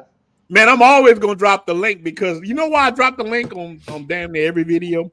Because I don't just want to be in an echo chamber. I got my views, but part of building any society, you got to have brothers around you that think different, and they add to you, and that's how you can grow. Because you got a closed mind. Me and my mom was talking about this yesterday. If your hand closed, nobody can put nothing in it. But your hand is open to ideas. Your mind is open. This is how you grow. So I like people, even if they're adversaries, to talk with me. You know what I mean? So it's what's up. So you got the stage, my brother. Well, listen to some of the things he's saying. I mean, a lot of it is fact, right? I'm going to be moving 100% probably in January, and DR is one of my homes. I got 3 homes, and DR is one of them. So right now I'm in Barranquilla. I was hanging out with Uncle Jay last night in Cartagena. And he's a well-behaved young man, guys. Okay, I can prove that. But so when you travel abroad, there's a lot of things that you learn. You're either gonna learn the highway, or you can learn because you associate with the right people, right? And you guys' channels, it provides a lot of details. Uncle Jay provide a lot of details. Sergeant provide a lot of details. Ronnie, you provide a lot of details to help brothers. So I mean, not only military guys, but just guys that travel. You know what I'm saying? They need to understand that one slip up can cost you everything. You know, so I appreciate you guys for doing what you do. You know, and we here to support the best we can. You know. Yeah, man, that's the thing. So look, so ever since you've been in Colombia, DR, have you had any problem? Anybody tried to rob you? You went through any things? I had one issue in Colombia. I was at the gas station, and I had a necklace on, and there was two guys on the bike. They came, because over here, you know, they pump your gas. So you pull up, they pump your gas. And then the other guy walking on the side of me, and I'm like, my tank is on that side. Why is he walking over here? But I saw the motorcycle pass, but I wasn't paying attention. My girl was in the car with me. And then, but I had my window like halfway. And my necklace I had on at the time was like pretty tight to my neck. So he reached in and tried to grab it. And I, you know, just a reflex thing, I moved. And she thought he had stabbed me. I was like, well, why would you think he stabbed me? He just reached into the car and tried to grab the necklace. But it was so tight to my neck, he didn't get it. But then reflex, I tried to get out the car to chase out the dude, but I had my seatbelt on. So I guess, you know, I was like, I couldn't get out. And he just ran and jumped on the back of the motorcycle and took off. And since that day, when I travel, I take that shit off before I leave the house. If I have it on and I'm on my way to the airport, whoever take me to the airport, I take it on and put it on that neck. I'm like, I'll get it when I get back. Yeah. You know, because it's not worth it. And that was the first time I ever got the attempted robbery thing anywhere I've ever traveled. You know. Yeah. But in DR, you never have to worry about somebody robbing you for your chain. They might rob you for your phone. They'll take your phone. The phones is the thing in the DR. The concho will grab your phone.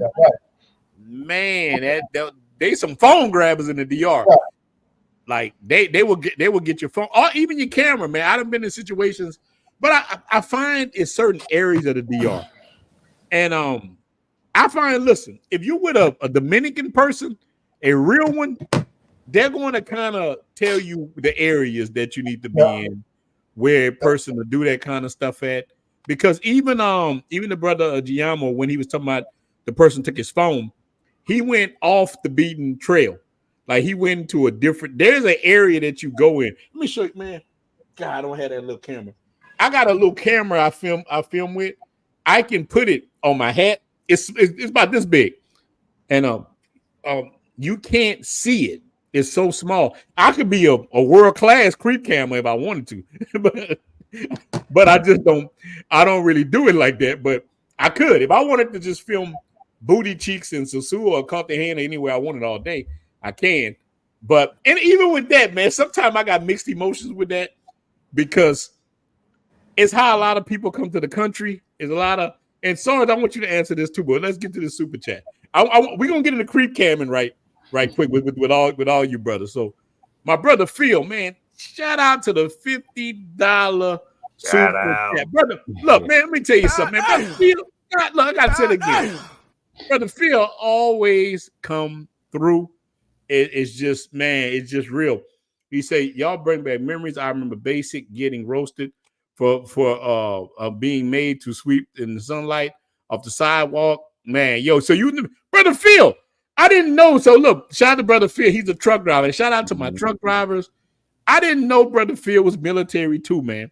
I want to tell you, guys, man, I got a lot of military guys, man. Shout out to you, man. That's my guy, man. Nice. Brother Phil is a solid guy. Brother Phil, I did not know you were military, man. You could have told me. But I'm telling you, a lot of guys from the military, man, I rock with them hard, man. I definitely appreciate that. But on Jay, we're gonna go. Wait, let's go, Sarge. On Jay, brother. Sarge, I'm coming with you first because we talking about Sosua. What effect do you think the creep cam is it good, bad, indifferent? What do you think about creep camming in Sosua? Personally, I don't see a problem with it. Okay. Hold on, we lost. Wait. some reason we lost. Yeah, we hear you now. Your mic. Yeah, I don't necessarily see a problem with it, and I say this because I think that the brothers that are doing it, or the people that are doing it, there's a place for it. Yeah, I really do believe there's a place for it. I know people feel some type of way about it. They think, something's wrong with it or whatever. But like you said earlier, a lot of brothers are out here because of creep cam. Exactly. That's what I was saying. I feel different ways. A lot of brothers change their life. A lot of brothers don't want to hear us talk about chains getting snatched and meeting a good woman and investing. It's some brothers out there that just want to see some cheeks and want to come out. They want to see booty cheeks. They want to see booty cheeks. They want to see them in them same pants they wear every day out here in Sosua. Yeah. Right. Oh wait, hold on. Now you hit something. You said something on the head. I can't let you. Wait, I can't let you glide. Look, on Jay, I can't let him glide over that. I tried to slide by. I can't let you glide over that because that's one thing I saw. Some of the chicks, they wear the same ass tights. Look, I done saw chicks on Playa Elisa taking. They got a shower. You know, when you come down them stairs by Playa Elisa, or the other beach. That's the beach that people that brothers don't go to. Oh, Jay, we got two beaches. You got the regular beach that brothers go to when you go down the strip by Flip Flop, and you got one called Playa Elisa. You come down there, there's a lot of tourists sit there, but there's a shower there, dude. I'd have been standing at the top of there with the stairs and look down. I got a video, man. I never put it out. Chicks taking a whole shower. You know these little working chicks. They're taking a whole shower with mangoes. Washing that cooch, getting ready, and going back out on the strip with the same damn tights on. Or they wash them in that corner. You know, they got their washing machine right across from the Bond ice cream shop. They go wash them.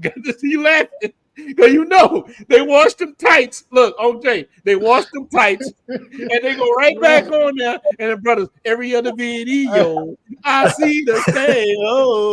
I'm gonna walk by there tomorrow. Ain't gonna be nobody out there. Ain't nobody gonna be out there.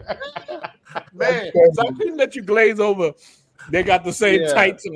We had to hit on that. That's important. I had a schooler brother. If you see her at Bailey's in them tights, and then you see her at Roomba's in them tights, and then you go to the casino and she got the same thing on, you might want to leave her alone. But that's why I tell brothers, hey, if you're gonna pick a chick, try to find one with a car.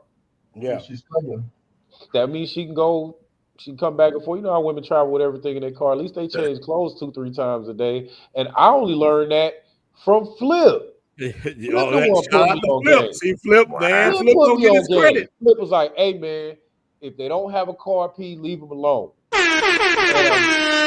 Straight up. Shout out to Flip with that. One, because you around there banging them sardines, one. Big dog. Why you want to bang them sardines? Right. Only time she take a shower when she in your crib. Using up all your old spice. So that's just game. Flip game. Yeah, that's why I asked you that right there, man. Mm-hmm. Yeah, Cash can get in there. Mm-hmm. So OJ, we're gonna go down the line. OJ, the creep camming in Cartagena, man. What do you think about it? Good, bad, ugly? What would you think? I kind of agree with Sarge as far as I know the creep cam is what got me interested. You know what I'm saying? I ain't gonna lie to kick it in the book.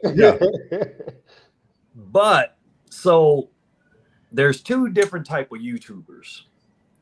There's the YouTubers that travel, come here, they get all their footage, and then they leave and post it.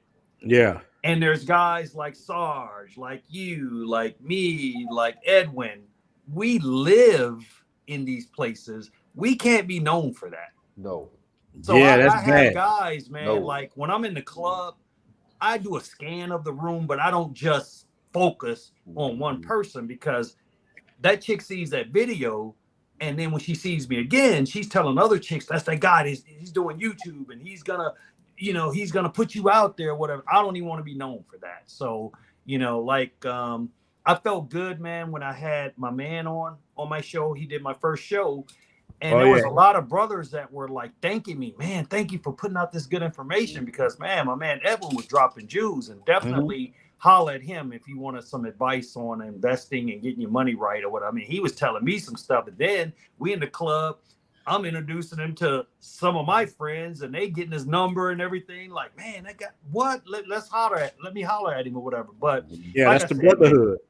Great. I was interested, and I'm not gonna lie. Like I said, I was uneducated about this thing before, but I made my decision to move to Cartagena because of creek cams. Now, let's keep it up. Hey, we all gonna keep it a buck, right? Yeah. All right. I'll put Cartagena creek cams up against Sosua any day. But like Ronin told me, he was like, them ain't the chicks that's really popping. You know what I'm saying? Right. Whereas like I think a lot of the street chicks in Cartagena, even if they just walking around, they really put an effort to try to look their best or whatever. You know what I'm saying? You know, and like I said, I've never been to the Dominican Republic, so I can't really speak on it. All I can do is when I was making my decision, I was like, you know, a guy will put, oh man, Sosua women on fire. And then I done wasted 30 minutes of my life looking at some chick looking dirty, walking with sandals, you know, just dragging her feet and everything. I'm like, and when I was seeing like the chicks around the clock tower, these chicks got high heels on, they got dresses on, they got but like I said, my boy, if you don't know something, you ask. And my boy Ronin was like, nah, bro, the chicks in the club, they may not even come out to the beach. They don't even go certain places. And some of those places, they don't allow cameras inside. So it's a lot of chicks that we never see. But I'd already made my decision. I mean, I'm happy with it. I'm still gonna mess with the Dominican Republic, but now we need all of it. Look, I need you in Cartagena. Ronin say stay in Cartagena. I need you over there.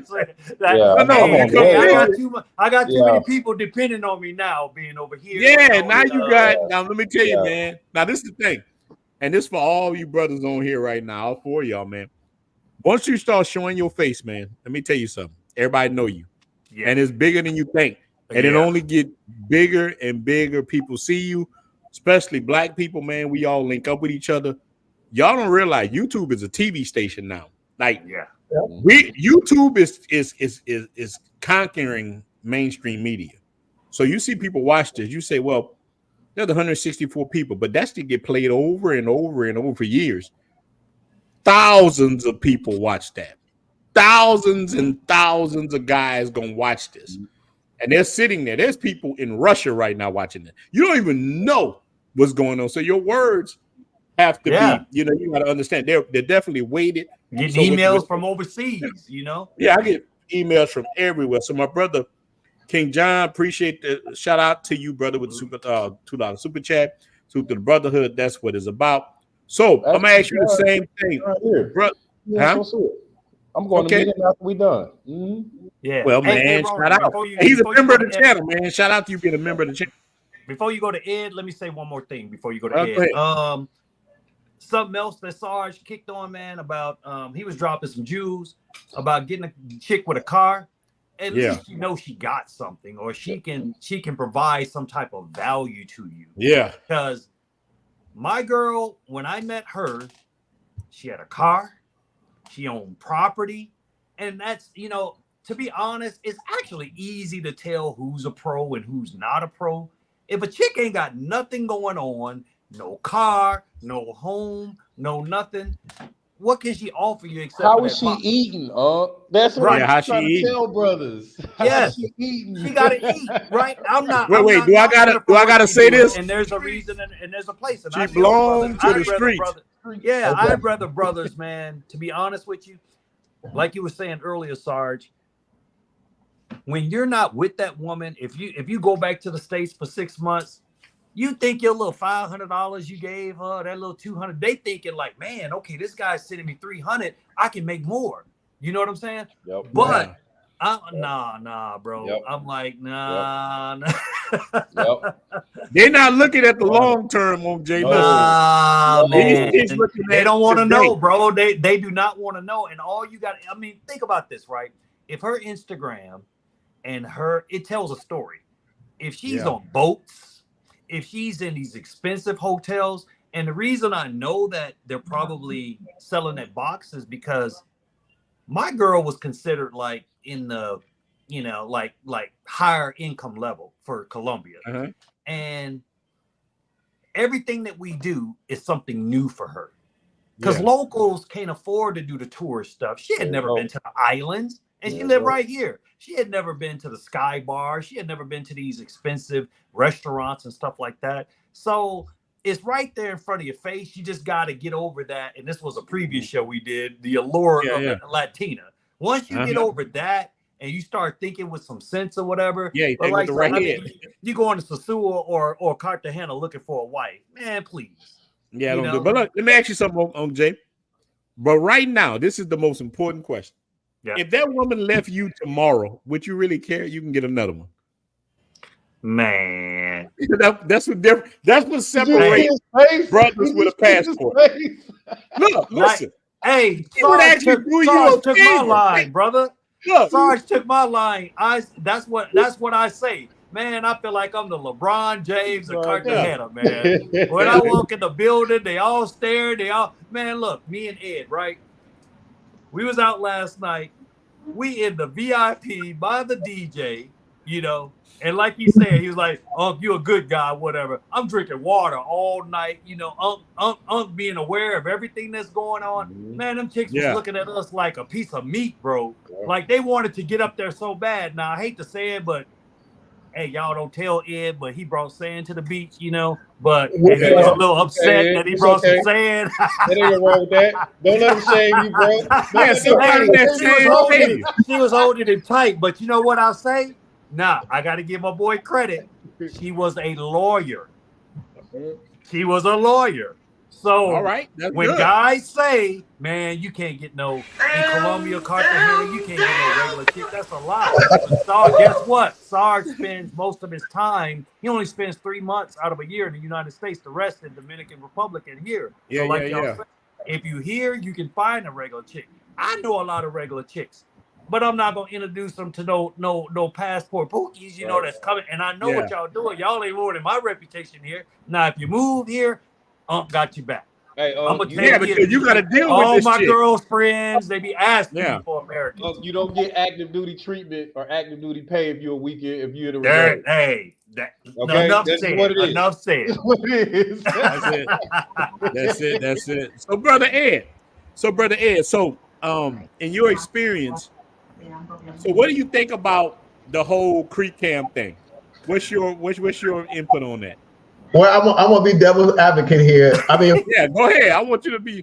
Frankly, I think it's there. You go. It's not cool. I think it brings the wrong crowd and the wrong ideas, right? Okay. Because I mean, we know for guys who travel, they know what to expect. But for guys who have no idea, never been before, or they're looking at videos and they're like, I'm gonna just go and then they go out there and behave wrong, and then that pointing back to all of us, not just one person, right? Even though one guy or two guys doing it, but make all of us look bad.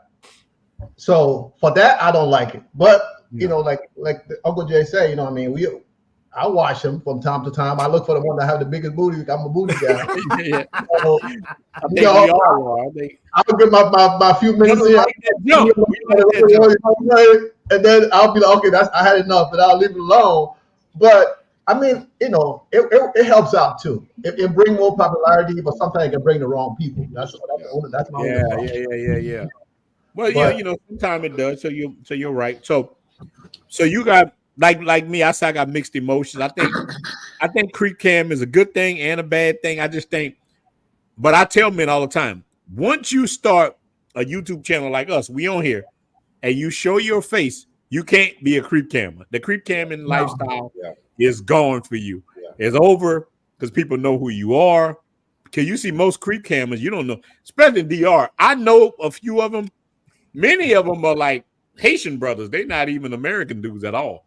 And I'm just, maybe I'm putting out too much with that. Right. A lot of these are Haitian brothers and foreigners. And I understand why they're doing it. They in the DR, they got to make money. Because creep camming pays good. Like you can make some good money because look, I was telling on Jay this the other day. Look, you can all you need is to get monetized. You need 1,000 subscribers on YouTube. But what you need, the most important things is views. There's brothers with 200,000 or 300,000 people, but they don't get a lot of views. I only have right at 16,000 people, but I get enough views that YouTube sent me an award today. Hey man, you're on the right track. You're on the right track to get that 100,000 is coming. Salute to you. And YouTube sent me a coupon to get $250 off on a GoPro. I was telling Jake, so YouTube will reward you when you're getting numbers and you're doing things. And I keep telling dudes all the time too, there's other type videos you can make. I think faceless YouTube channels pay way more than us doing these things if you do it right. So my nephew makes $10,000 now every month with a faceless YouTube channel showing African stories.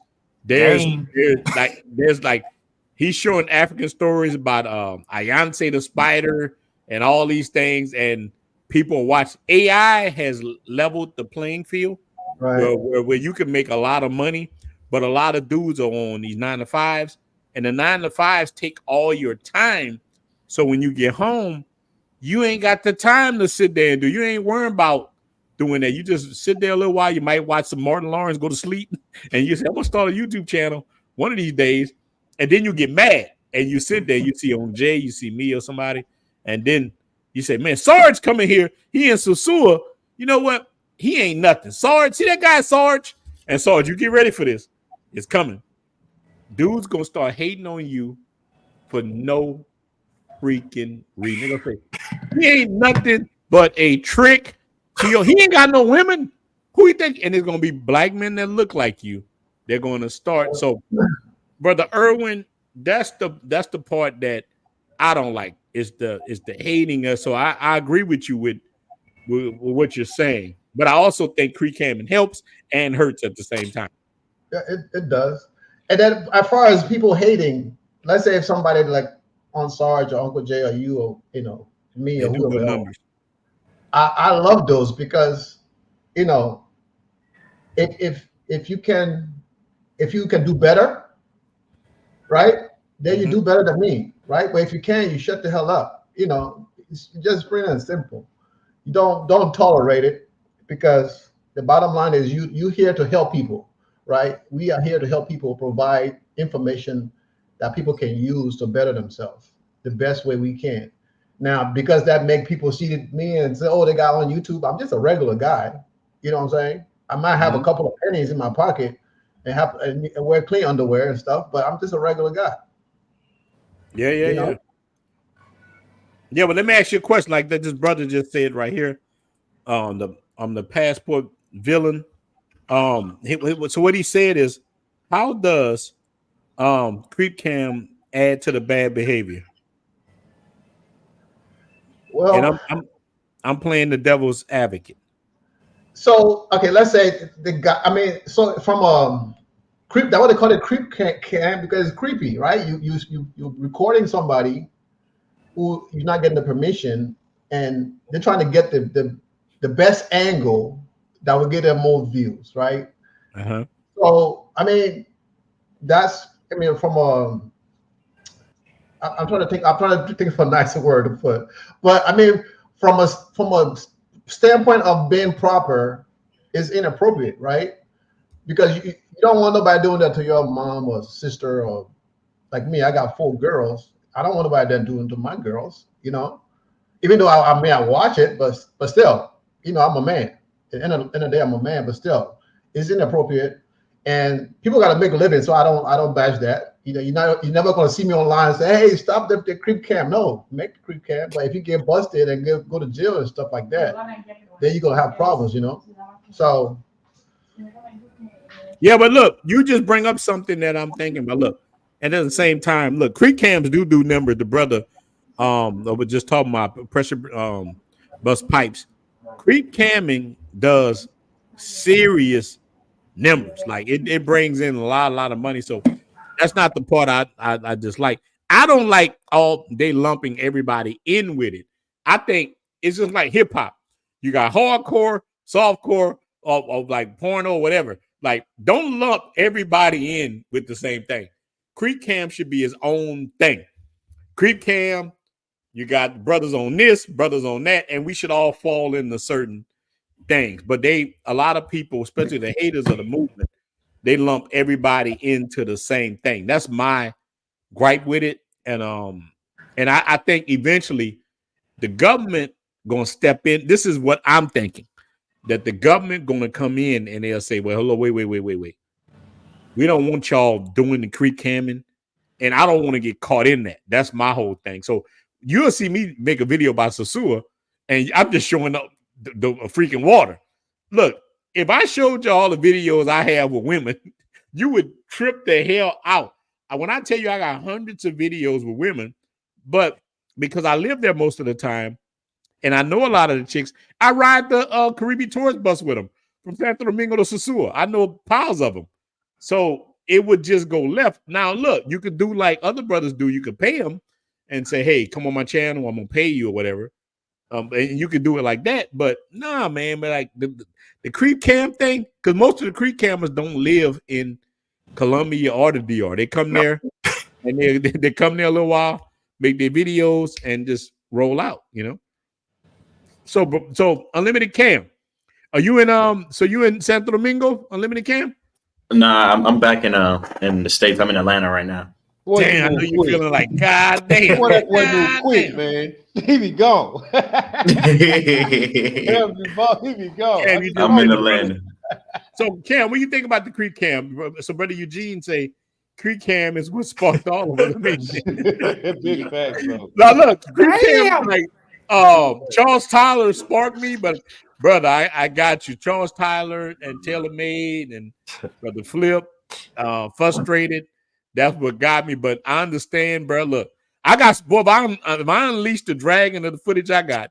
Look, I'm gonna wait till I move somewhere else. Maybe I move to Ethiopia. When I move to Ethiopia, I'm gonna open Pandora's You gonna box. unleash the footage? You want to see Sosua? Boom! You gonna break out the archives, man. Yeah, bring the archive. Look, next thing you know, I be in jail like R. Kelly. What do you want from me? Yeah, I got you. Unlimited, you got the floor, my dog. Yeah, so I feel again similar to what everyone else said. That's what brings the traffic. And I've been going to Dominican Republic. I got family born there. I've been going there since I was young. So I've never been to Sosua. I went to Sosua maybe 2 years ago, and that's because I saw the creep cam videos. I was like, this is what's going on over there. I've never, because again, I got cousins who she found her husband in Sosua. Yeah. One of my cousins way back, a white dude, and that's when I heard about it, but I never understood. I just thought it was a city. Nah, they was going over there looking and creeping for a dude and getting a dude and then taking them back and going wherever they go from there. So, but I like it because, again, it attracts a lot of people and just the currency as well. It brings so much money to that area. People may not like it, but guess what? When it's time to, you see the places being built up in those areas. That wasn't like that 20 years ago. It was just dirt, grass, and a bunch of shacks. So now it's getting buildings and doing all these things. Now I do believe they're going to clean it up, especially with that community they're building, like not too far. When that community's finished, they start adding those stores. They're going to clean it up. Oh, you talking about on the beach? Yeah. Where they building? Yeah, they're building some major things. When that's finished, it's over. I promise you that. It's already starting, Cam. I'm telling you, man, it hasn't been a day I have not been down in Sosua. And they ain't chasing chicas and chasing people off the streets. It's already happening. Yeah. They already started. They already started cleaning. Yeah. But it won't go nowhere. It's just gonna be like it's gonna be like Santo Domingo. But Santo Domingo is like a dating site. Like right. If you want to clap cheeks like that, if you find a girlfriend, look on Jay at Santo Domingo, you go on Tinder. Let me tell you, I told brother the other day, he like, Ronin, I thought you were capping. He said, I need a neck brace. He's like, he went to Santo Domingo. He clapped so many cheeks. He say, look, brother called me. He about to cry. I can't hardly believe it. Like, man, you gonna be okay. Like, he had never had, like, and Sarge, you were talking about that earlier. We go through so many different things that when you get in these environments, like, you just lose it. Like, you don't understand these things. So the sewer just gonna go underground. It's gonna be, it's not in the open. They're gonna be on Tinder or whatever dating site, you know. go. Yeah, man. This is the thing, man. So the whole thing, man, is brothers do need to treat the women better. And this is my question to you, Sarge, because you see it. Because a lot of YouTubers, man, with the live streaming too, like live streaming sometimes is just as bad as creep camming. Cats would be like, look at this chick. She don't even know she's being recorded. Cat the live streaming. I'm not about to pay her. Watch this. Like, and I saw dudes in Japan do it. It's not a Sosua or a Colombian or Brazil thing. Dudes doing it all over the world for views. Look, the internet now is the bag. The internet is the bag. This is the new Hollywood. So let me tell you, you can have a video go viral. You're a freaking superstar. Like you done made a hit song. Shoot the hot to a girl. Yeah, that's what I mean. It's the same thing. Like anything you do can make you a star now. The internet.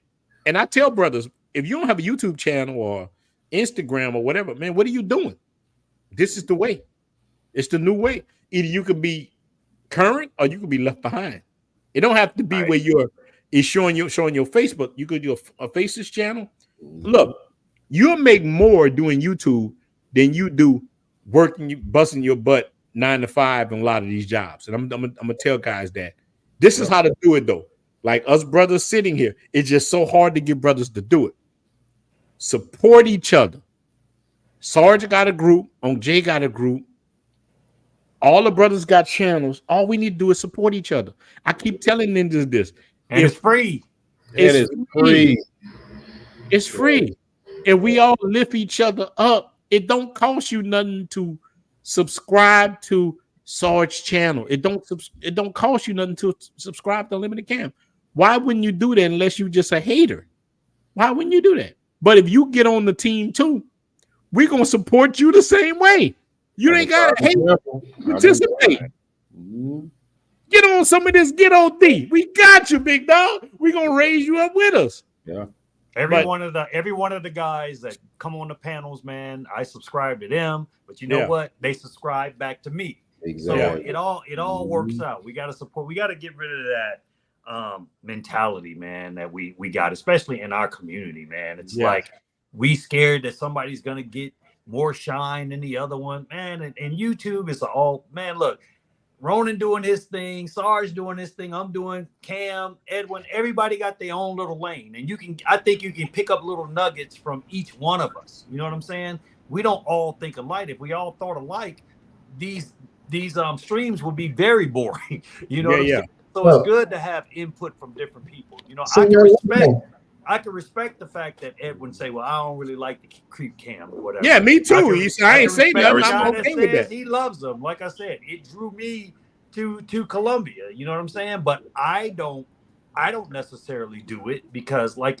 Ronin was saying, you go to do this in the club, man, and then all of a sudden, bro, you see that same chick out, and now she's got 10 or 20 chicks surrounded by you. You know what I'm saying? And you can't do nothing. You can't do anything. What you gonna do? Fight them? You know? Yeah. Uncle Jay, we gotta go to Sosua, right? So I'm going to Sosua in probably end of October when I get back. Let's make it happen. Oh, that's when everybody gonna be there. That's when everybody gonna be there. That's the Halloween joint. Right. Look, Jay, that's the cheek clapping Olympics. Y'all gotta get ready. But you know what you were saying about what Sarge was saying about Sosua and how it's changing.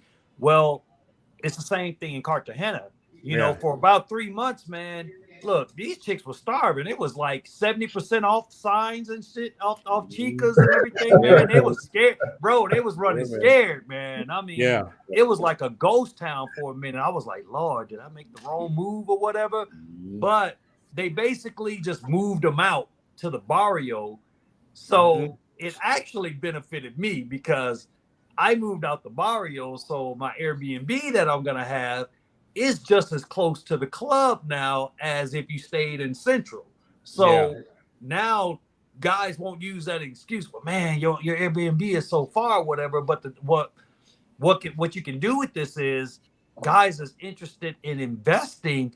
Brother, hit me up, man. They got properties like $30,000-$40,000, bro. And then I got a construction crew, man. They'll rehab that thing, man. Probably $30,000, $40,000. There you go, man. You get in the game. you got money, man. You got money to be made. I'm telling you, man. Mhm. I mean, I'm doing it for another guy right now. He's like, man, find me a spot. I found him a spot for like $36,000, man. And like I said, I got a construction crew. They'll come over, rehab that thing, man. Them boys work. Them boys work, man, for the low. So I'm gonna make sure that you get those local rates instead of those gringo prices, and that's the value in these YouTube channels, getting the information, man. Jay, Information you're is powerful. 100% right. And look, and even on top of that, Divine Passport, bro, is saying the same thing. That's the person you talk to before you even get ready to travel. Absolutely. He can show you how to grow your money, right? The Divine Yes. Passport, bro. Make sure Dividend. you subscribe to this channel. Yeah, Yeah, right. he show you how to do it. Oh, Yeah. I'm sorry, I didn't see it. I'm sorry. Dividend. Yeah, dividend. Yeah. I'm sorry, I didn't see it. Yeah, That's he's Yeah. showing you how to get your money right so you can live over here. Because I know that's Yeah. probably the biggest question. Yeah, or the dividend. biggest Yeah, comment real that I talk. get. What, And man, guys, how can I move? It This is doesn't his take a channel. lot. You know, it doesn't take a lot. You know, you can start with $1. All you take is $1. You can start with $1 every week, and that's enough to start. And once you start, after a month, 2 months, it becomes part of you. So you put more. Yeah. Yeah. You know, so and that on the channel, I encourage everybody. Even though I show my stuff, but I also show my tiny. I got a small portfolio also that look. You know, this is where I started from. So 5 years later, this is where I'm at in 5 years. Now I can retire tomorrow. It doesn't matter. You know. All right. So let me ask you something. Why you think, brother? Why you think brothers don't invest? I have stocks. I have real estate. Why you think the average brother's not doing that? It's the stigma of you're gonna lose your stuff. You know what I'm saying? That's white people do that. That's yeah. You know, I don't even want to think that ain't for us. That ain't for us. You know, it's like no, we don't do that. We put our money under the bed, and then when the house burned down, you lose everything. Man, look, man, why you just saying that, man? This is crazy. Look, so my dad and my grandfather just died. So my grandfather, so my grandfather was right, he about to make 100, and they found a sock that he had. It was full with thousands of dollars. Now my aunt ain't say how much it was, but it was thousands. He had one of them old church socks. That's like long. So brother, you saying the same thing, and I think brother Phil is saying the same thing about, can we finance in Colombia? Can you finance out there? No, but Dominican Republic, I think. Yeah, you can finance in DR. That question. You can finance in DR, yeah. Yeah, you can find but you no gotta in know the right no in people. Colombia. Everything is cash here.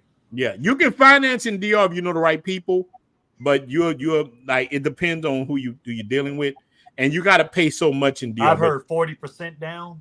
It changed. Look, man, DR is like a crooked roach leg. One day is this. It's like a sale. And one day is 40, one day is 20, one day is 30. It go up and down. It's just like who you're dealing with. You know, you don't know what's going on, man. I done walked off of 3 deals in the DR because of stuff like that. Wow. I didn't want to lose my money. I do own some property in the DR, but man, I done walked off some stuff because they'll go left, right. But brother Ed, so you're saying that, Edwin, so you think that a lot of people, can I call you Ed? Do anybody call you Ed?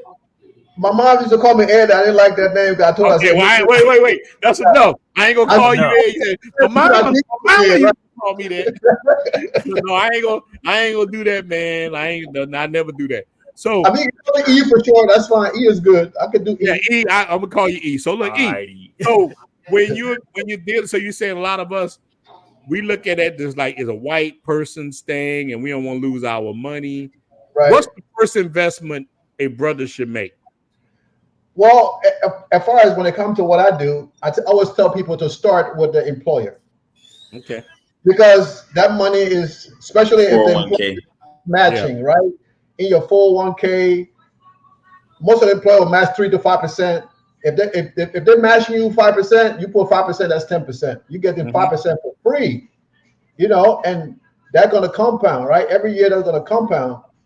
And you're not even thinking about that money. You just put your money in there. I used to date this girl, and I told her, I said, you need to invest in your 401k. And she said, no, I need my paycheck.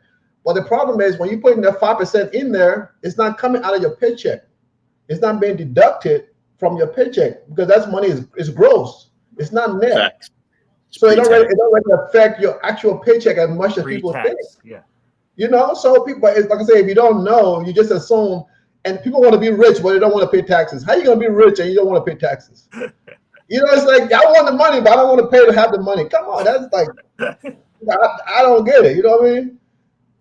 So people think like that, man. I remember when I was a union truck driver, and the number one thing that I would get is, man, I'm not paying for no job, and I'll be like, wait a minute. So the union dues are $50 a month, right? But the difference between a union job and a regular job is probably $50,000 difference. That's a big difference. But you're letting that $50 scare you. And so no disrespect to anybody that live in those states, but I can't stand when they say right to work state. Right to work state means that, oh, well, we can rip you off. We don't care about giving you good benefits or whatever. Right. You know what I mean? But I'm gonna tell you this, it's like when I was working for the union truck driving companies, like, brother, they paid all our medical, all our dental, everything, and you get a retirement. You know what I'm saying? But most of those ninjas would be like, man, that 50 y'all paying for a job. You pay $50 a month or whatever. But it's just, to me, it's ignorance. Yeah. Look, I mean, guys won't even pay to have their own LLC, right? But they want to save money, but they won't spend $50 to have an LLC that they can use to save them more money. Right. But they worry about I got 4 of them. So you're right. You know, I got 4 LLCs. You know, and you know what? It's funny that you said that, right? Because I was on Uncle Jay's channel, we were talking, and the guy came and he said he made a statement that kind of pissed me off because he said black people. If he would just say people, I wouldn't have gotten upset. But he said, I don't know why black people like to have all these LLCs don't make no money. And I was like, and he had a white leg picture up, so it's kind of rubbing the wrong way. He had a white leg. It was like a picture of white legs sitting by the pool or somewhere, you know, and that just kind of pissed me off. It's like, you know, you don't say things like that because you have an LLC, it might not make you money, but it's going to save you money if you know what you're doing. It's going to save you in the taxes. I got 4 of them. I got my real estate. I got T-shirts. I got my travel. I got everything. In Jamaica, No, you're right about that. So, quick story. I paid for school out of pocket, and I used my business account because I used my business credit cards because personally I wasn't making any money because I wanted to get financial aid and stuff like that. So, because I did my tax as an independent. So I got financial aid and I was paying some of my school out of pocket with my business account and with my business credit cards. So something went wrong and I wasn't able, like it would just go off of my business credit and I messed up my personal credit. Of course, I always paid everything on time, so I didn't have to deal with that. But it's always good to have that in your back pocket. Yeah, it's good. So the brother Morgan say he got to talk to you, big dog Irwin. He got to talk to you, brother E. Look, this is what this channel is about. Reach out to their brother. Again, this is the brotherhood. Right. And LLC and will definitely save you a lot of money. I'm telling you, it'll save me a lot in taxes. See, we got to do so. We always like to point out white people. Let's do what they do. See, Asians and everybody come here. They come here like, they come here and do like the white people do. Like, look, I think a lot of it with us is white folks done our ancestors so bad. We don't want nothing to do with them. Kind of, we don't want nothing they do. We like, man, the hell with them. But other people, even our African brothers and all that, they'll come and they just fall in suit. And what a lot of us don't, I think we need to do that. But again, so look, you prove my point. A lot of the brothers will do that. It will just automatically do that. I think a lot of us need to do that. We need to just look, take the good of any culture. The rest of it, you can kick down the can. But the good of any culture, we utilize it. We the culture. Like, we the culture, baby. Let's go ahead and do it. You know, we the culture. No, Ronin, you're absolutely right. But also, like, guys, you got to reach out to people as well. Like, I reach out to Jay. Me and Jay talk all the time, maybe once or twice a week. He'll call me, hey, what do you think about this? and he gets my advice because I'm a younger age. Just, hey, what do you think about this? Hey, I never thought about it that way. Then I asked him questions. Hey, what do you think about this? Oh, I think you should do this and that. He's the first person who got me to index funds because I just had all my money in like a money market, and then I started watching Edwin's channel. I'm like, all right, Edwin, let me get your number. Edwin is in a similar career field as me, and he's already 20 years ahead. So the game he can give me, I don't have to do all that struggling. I can already be up in 5 years by then. So you really got to reach out to people and ask questions. Yeah. Yeah, definitely. Definitely, you got to ask questions. I mean, I was watching this interview where Method Man was saying that he hasn't made 1 penny from streaming. So what happens is that a lot of times us older cats, if you don't move with the times, you get left behind. Yeah. So a lot of people, when the music industry changed, they were like, man, I don't want to be involved. Man, ain't nobody buying records no more. You know what I'm saying? So you got to learn how to change. So my reason for, like, my partner with Cartagena Unplugged Express, Gustavo, he's a young boy. And the reason I want that young boy energy, you know what I'm saying? Yeah. I mess with Cam, Kobe, them because the technical stuff, they're on top of that stuff. You know what I'm saying? Yeah. I'm trying to catch up. So it's not about knowing everything. It's seeking out people who knows more than you in their field or whatever. It's nothing ashamed of asking for help. All right. Well, look, let me say this, OJ. For information. Well, listen, it's like Umar Johnson, right? So look, let's say Umar. Umar is a smart guy, intelligent, articulate. He's a front man, but like you hit on something that means a lot. Umar should be the front person, but he shouldn't be the business person. Like that, you know what I'm saying? Like he can draw the people in, but you need to have somebody else. You mean running, that school ain't been built yet? Yeah, but listen, he's a mouthpiece. Like, look, I'm a talker like that. I can bring people together, but I know enough just like I was telling brothers about the investments, like the brother said. He said, "Can you guys do more shows about investing?" Look, I'm gonna make a whole different channel about investing, real estate. My life changed because of buying properties. I own a lot of properties from Baton Rouge, New Orleans, Houma, Lafayette. Right now, I'm talking with the city of Jackson, Mississippi, and Lake Charles, Louisiana, to build center block houses. That's what I've been doing all week. So brothers ask me, "Why you ain't streaming? Why you doing it?" I'm doing look, YouTube is my hobby. Real estate is my job. Like, business. I'm trying to build center block houses in Louisiana and Mississippi, places that because they keep doing the same thing over and over. You want to know how to get rich, y'all? Fulfill a need. Fulfill need. That's it. Fulfill a need. So, my brother, I'm making a whole different channel by real estate, because if I talk about real estate, so you know how many views I would get? None. Y'all will be out of here, man. Y'all won't hear about clapping cheeks and story times and all that. So I'm gonna make a channel dedicated to real estate, and I swear, man, on Jay, man, this is real talk. At the church I was in, if this is real talk, I'm about to tell you guys, man. I have personally trained over 150 young black men about properties, how to work on air conditions. How I was in the church and I get all these guys jobs. Wow. I train them how to be plumbers, how to do these things, like electrical, changing sockets, how to paint. And one of them is very successful right now. He owns like well over 60 houses, and he owns a Quiznos. I'm like, damn, but you still got a Quiznos? He got a Quiznos. He owns the Firehouse subs, but he got it through real estate.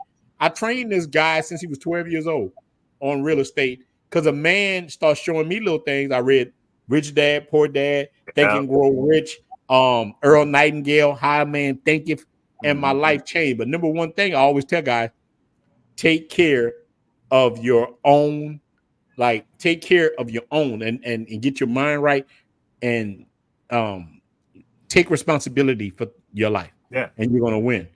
I'm telling you, man, that's how you do it. So this is how we go, man. Shout out to brother Kev, and shout out to brother the real black. We got the real Blackula in the building.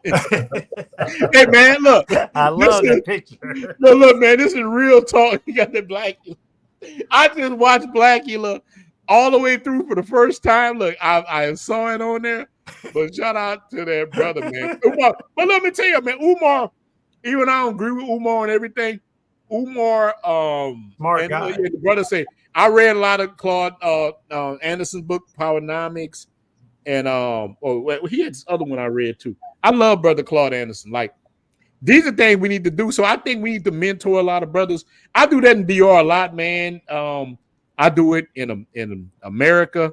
So this brother saying, what can you do with 10 G's? Brother Ed, I'm gonna let you answer that. What can a brother do with 10 G's? But I tell guys this. Let me say this.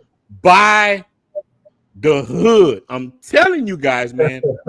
You can I changed my life doing that. If you don't buy, look, a lot of the people from Latin America, whether they're from Honduras, Venezuela, they're gonna do it. If you don't do it, they're gonna do it. So brothers, man, buy this. But brother Ed from and Cam, from the angle of investing on a technical level, what should you do with 10 G's, brother Ed? Brother E, I'm sorry, brother E. Yes, 10 G's. I mean, it depends what you want. I always tell people, right? It depends what your risk level is and what's your outcome. What outcome do you want? Right? And then with that, we depend. We say, okay, because I'm a dividend investor. I'm not a day trader. I Dividend. Yeah. I buy stocks. I don't really sell stocks, right? I buy them and hold them. I don't really buy them and sell them tomorrow to make a dollar. No, I buy dividends, and those dividends generate money for me to pay my bills, for me to live off of, do whatever else I need to.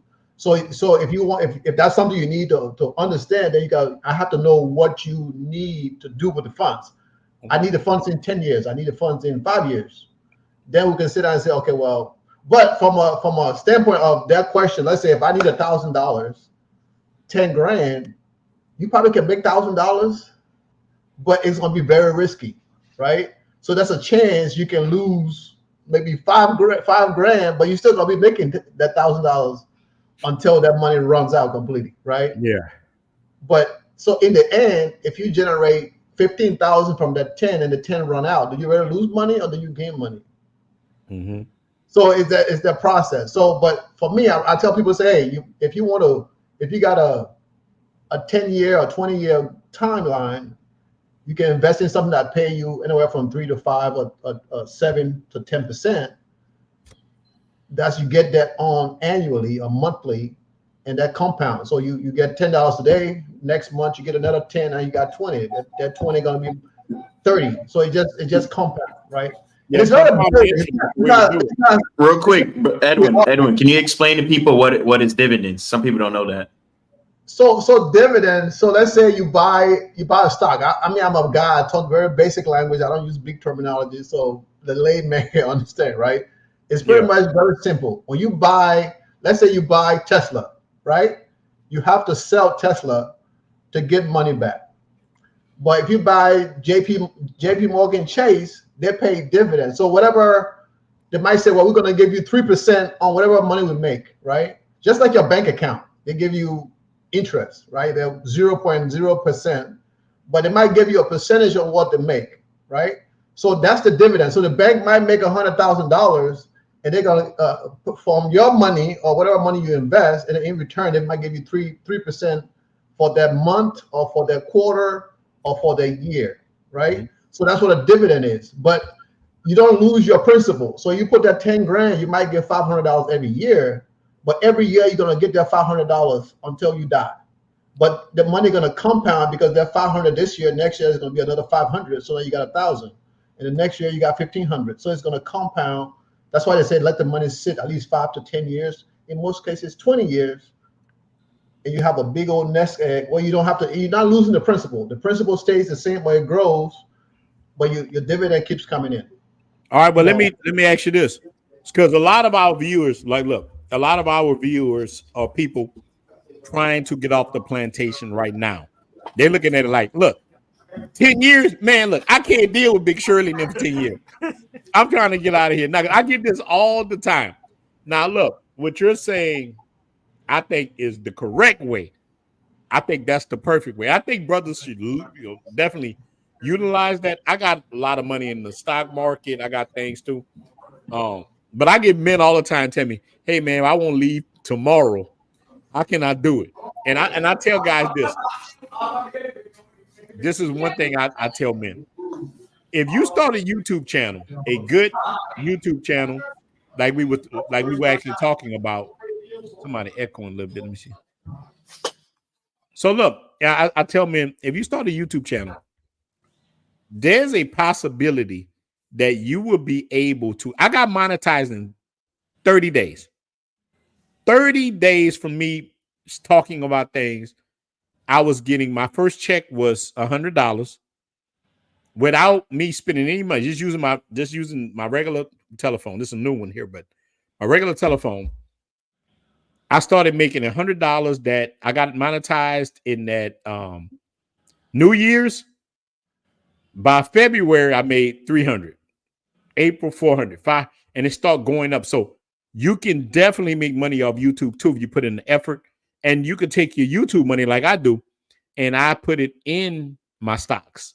I put my YouTube money in that, and my YouTube money is enough to pay my bills. So I think brothers should have a strategy like this. So we need brothers like E dropping the game, saying how you take the long-term money, but short-term, if brothers will get and listen to me and build a brotherhood, and we all support each other, and we come on at different times. Like if I'm coming on at 6, Unlimited Cam coming on at 8, on J came on at 5, Sarge came on this. We got a whole freaking channel where brothers we print money, and you can take that money. So that, I think that's the fastest way to free yourself from the plantation. Because I'm telling you this, man.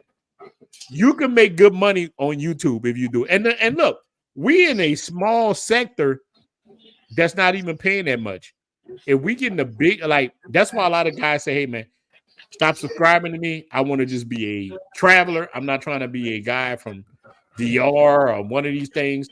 But I'm telling you, this is the way that you do it. I'm telling you. That's why I tell any guy, listen to me, start a YouTube channel or a faceless one or whatever you do.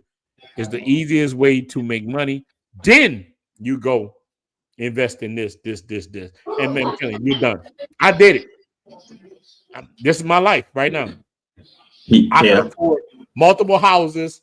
I can do it easy, but cats don't want to put in the work or the effort.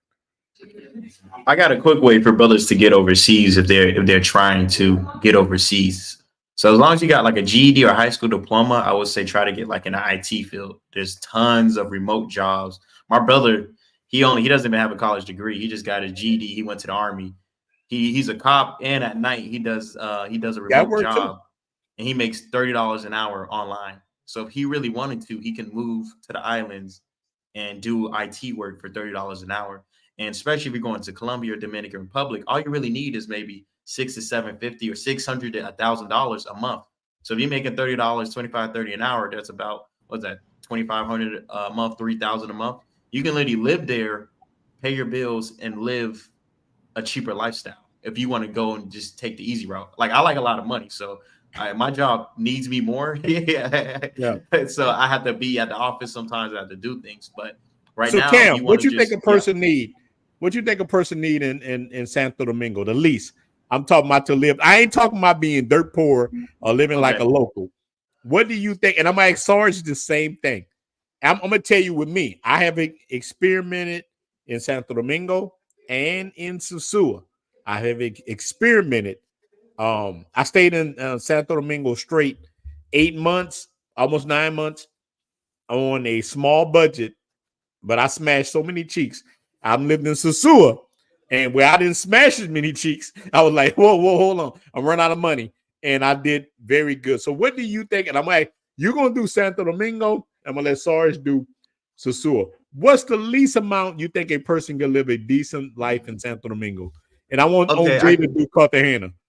It just, again, depends on how you want to live, but the least amount. So my girlfriend in DR, in Santo Domingo, her rent is 20,000 pesos. So what is that? What is that? $300? $350? Close. Right, about $350, right, Sarge? That's close. Okay. It's close. So she pays $20,000 a month. That's $350, and then light, utility, and everything like that. Let's just say it comes about $450 US. Groceries, if you get eggs, fruits, and don't eat out, and you just get the groceries, you shouldn't. But monthly, you shouldn't be spending more than $1,000. See, the issue is when you get women involved, because that's when you start drinking. Because that's where my money goes. I started. Yeah, but if you just want to live there, let's say you got a full-time girlfriend, you want to live there, I think $1,100 to $1,200, you'll be fine. Yeah. Sarge, what you think a person need? Like, I'm not talking about like Trickeration Nation every day, you slapping cheeks. I'm just talking about a regular dude. Let's just say, look, let's take a regular dude that just coming. I'm moving to Sosua. I love it. I don't want look. Maybe you clap cheeks sometime, like me. I'm a occasional clap cheek in Sosua type of guy. Not all the time. I gotta fall into the pudding. You know what I mean? I would say. See that for me, that's always a double-edged sword for a question. I think we talked about this on the last live. If you come to Sosua and you ain't clapping cheeks, I don't know what you're coming here for, personally.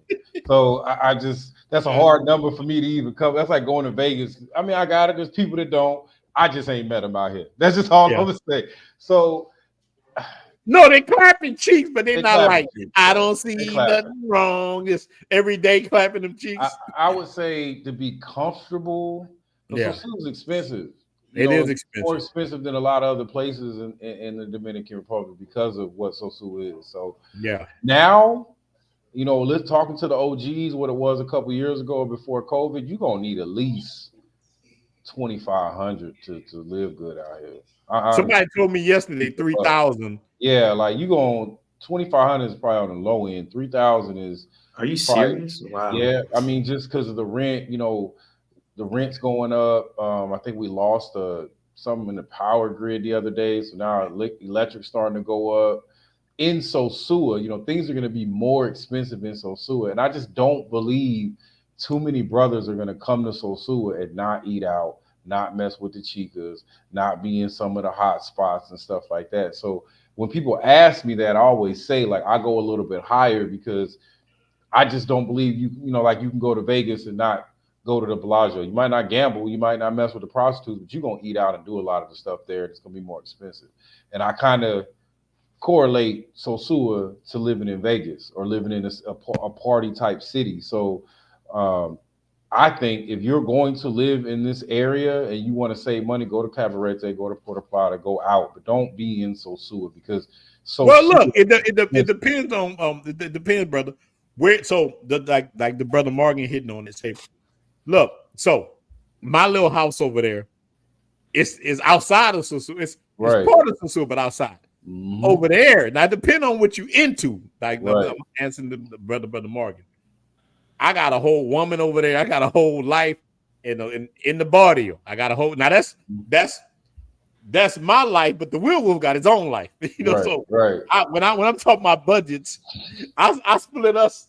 And look, on Jason, I split us in two different people. So me right now, I ain't the werewolf yet. I ain't drunk enough to be the werewolf.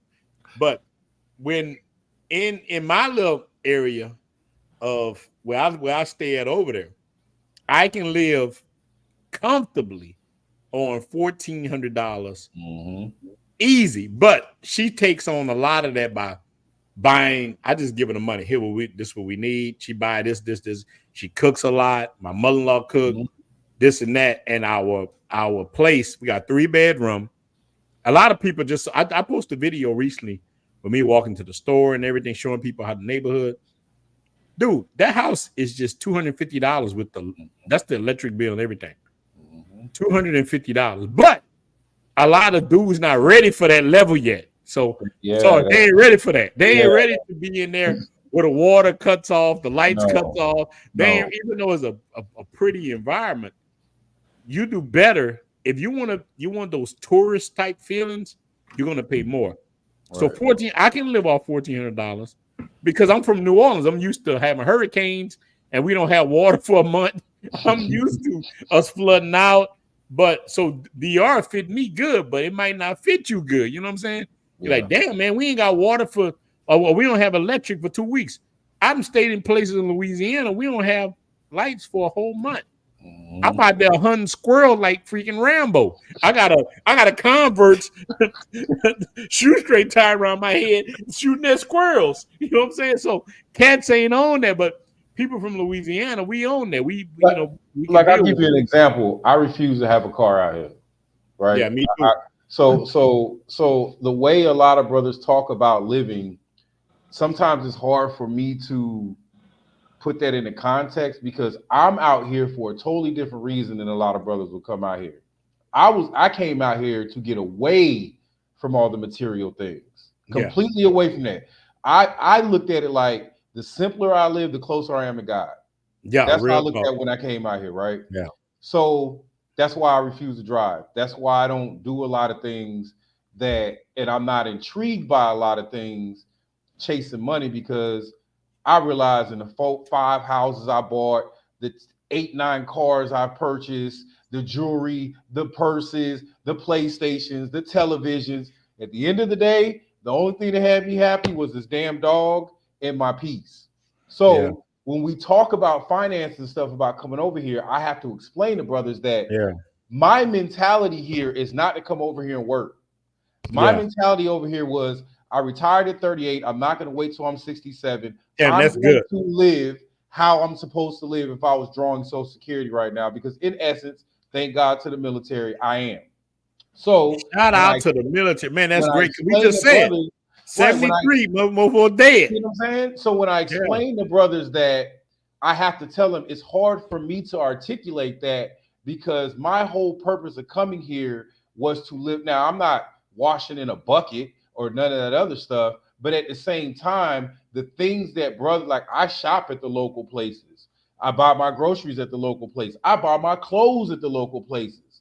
Why? Because I realized that in order for me, this is me, to be truly happy, I had to simplify my life because I just believe that when I get closer to nature, I get closer to God. So that was my whole intent in coming here. So when brothers come to me like, hey man, how do you buy a villa? Bro, I can't tell you because I'm not out here trying to buy a 5-bedroom villa. I don't care about none of that. I get the same cakes as you gonna get in that villa. That's just how I look at it. You're gonna get more cakes. Right. You're gonna get more cakes than he got in that villa. I got a pool, I got 2 bedrooms for a guest, I got a shower that works, I got all the food, I got electricity, I got internet, man. I'm perfectly happy. I lived in a tent for damn near 60 days, 30 days, 90 days before. Oh, you know. Like it just so I have to always say that when I talk to brothers is I came here to simplify my life.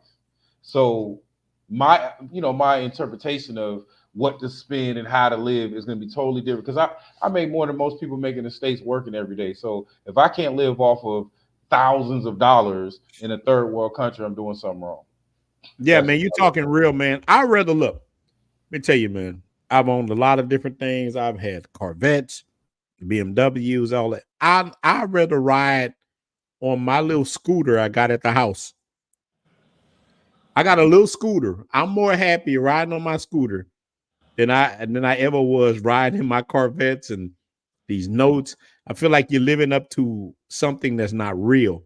And Sarge, you like saying that it means a lot. So on Jay, staying in, if a brother want to come move to Cartagena, what's the least amount of money he needs? I'm not talking about living rich.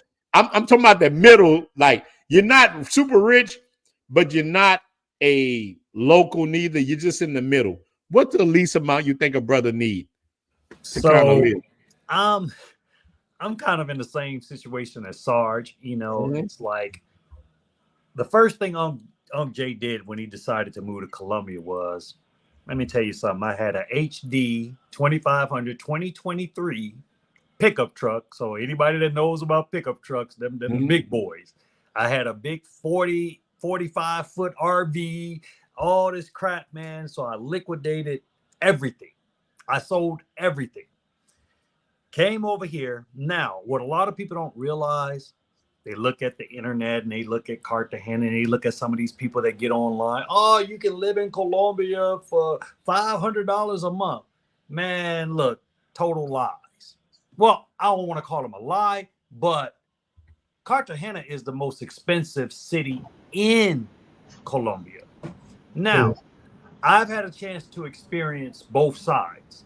So when I originally got here, I'm like, you know what, man, I'm making all this money from my Social Security, pension, all these income streams. I'm gonna live it up.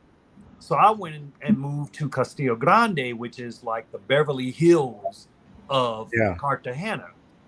Now, rent in that area averagely $1,500. Electricity. Now this is what got on Jay. $500 to $600 a month. I need air conditioning. I did a little short, man. Wait. Hold on, wait. You just said something.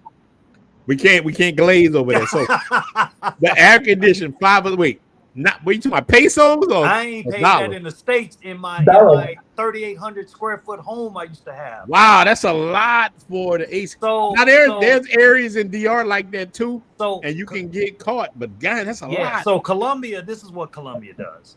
They have what they call stratus. So like if you're in a stratus 6, that's like Beverly Hills. If you're in a stratus 1, DR does that too. It's free, right? So it's like the rich people kind of make up for the poor people. Yeah, DR does that. So my rent was $1,600. So let's add another $500 for the electricity, $600.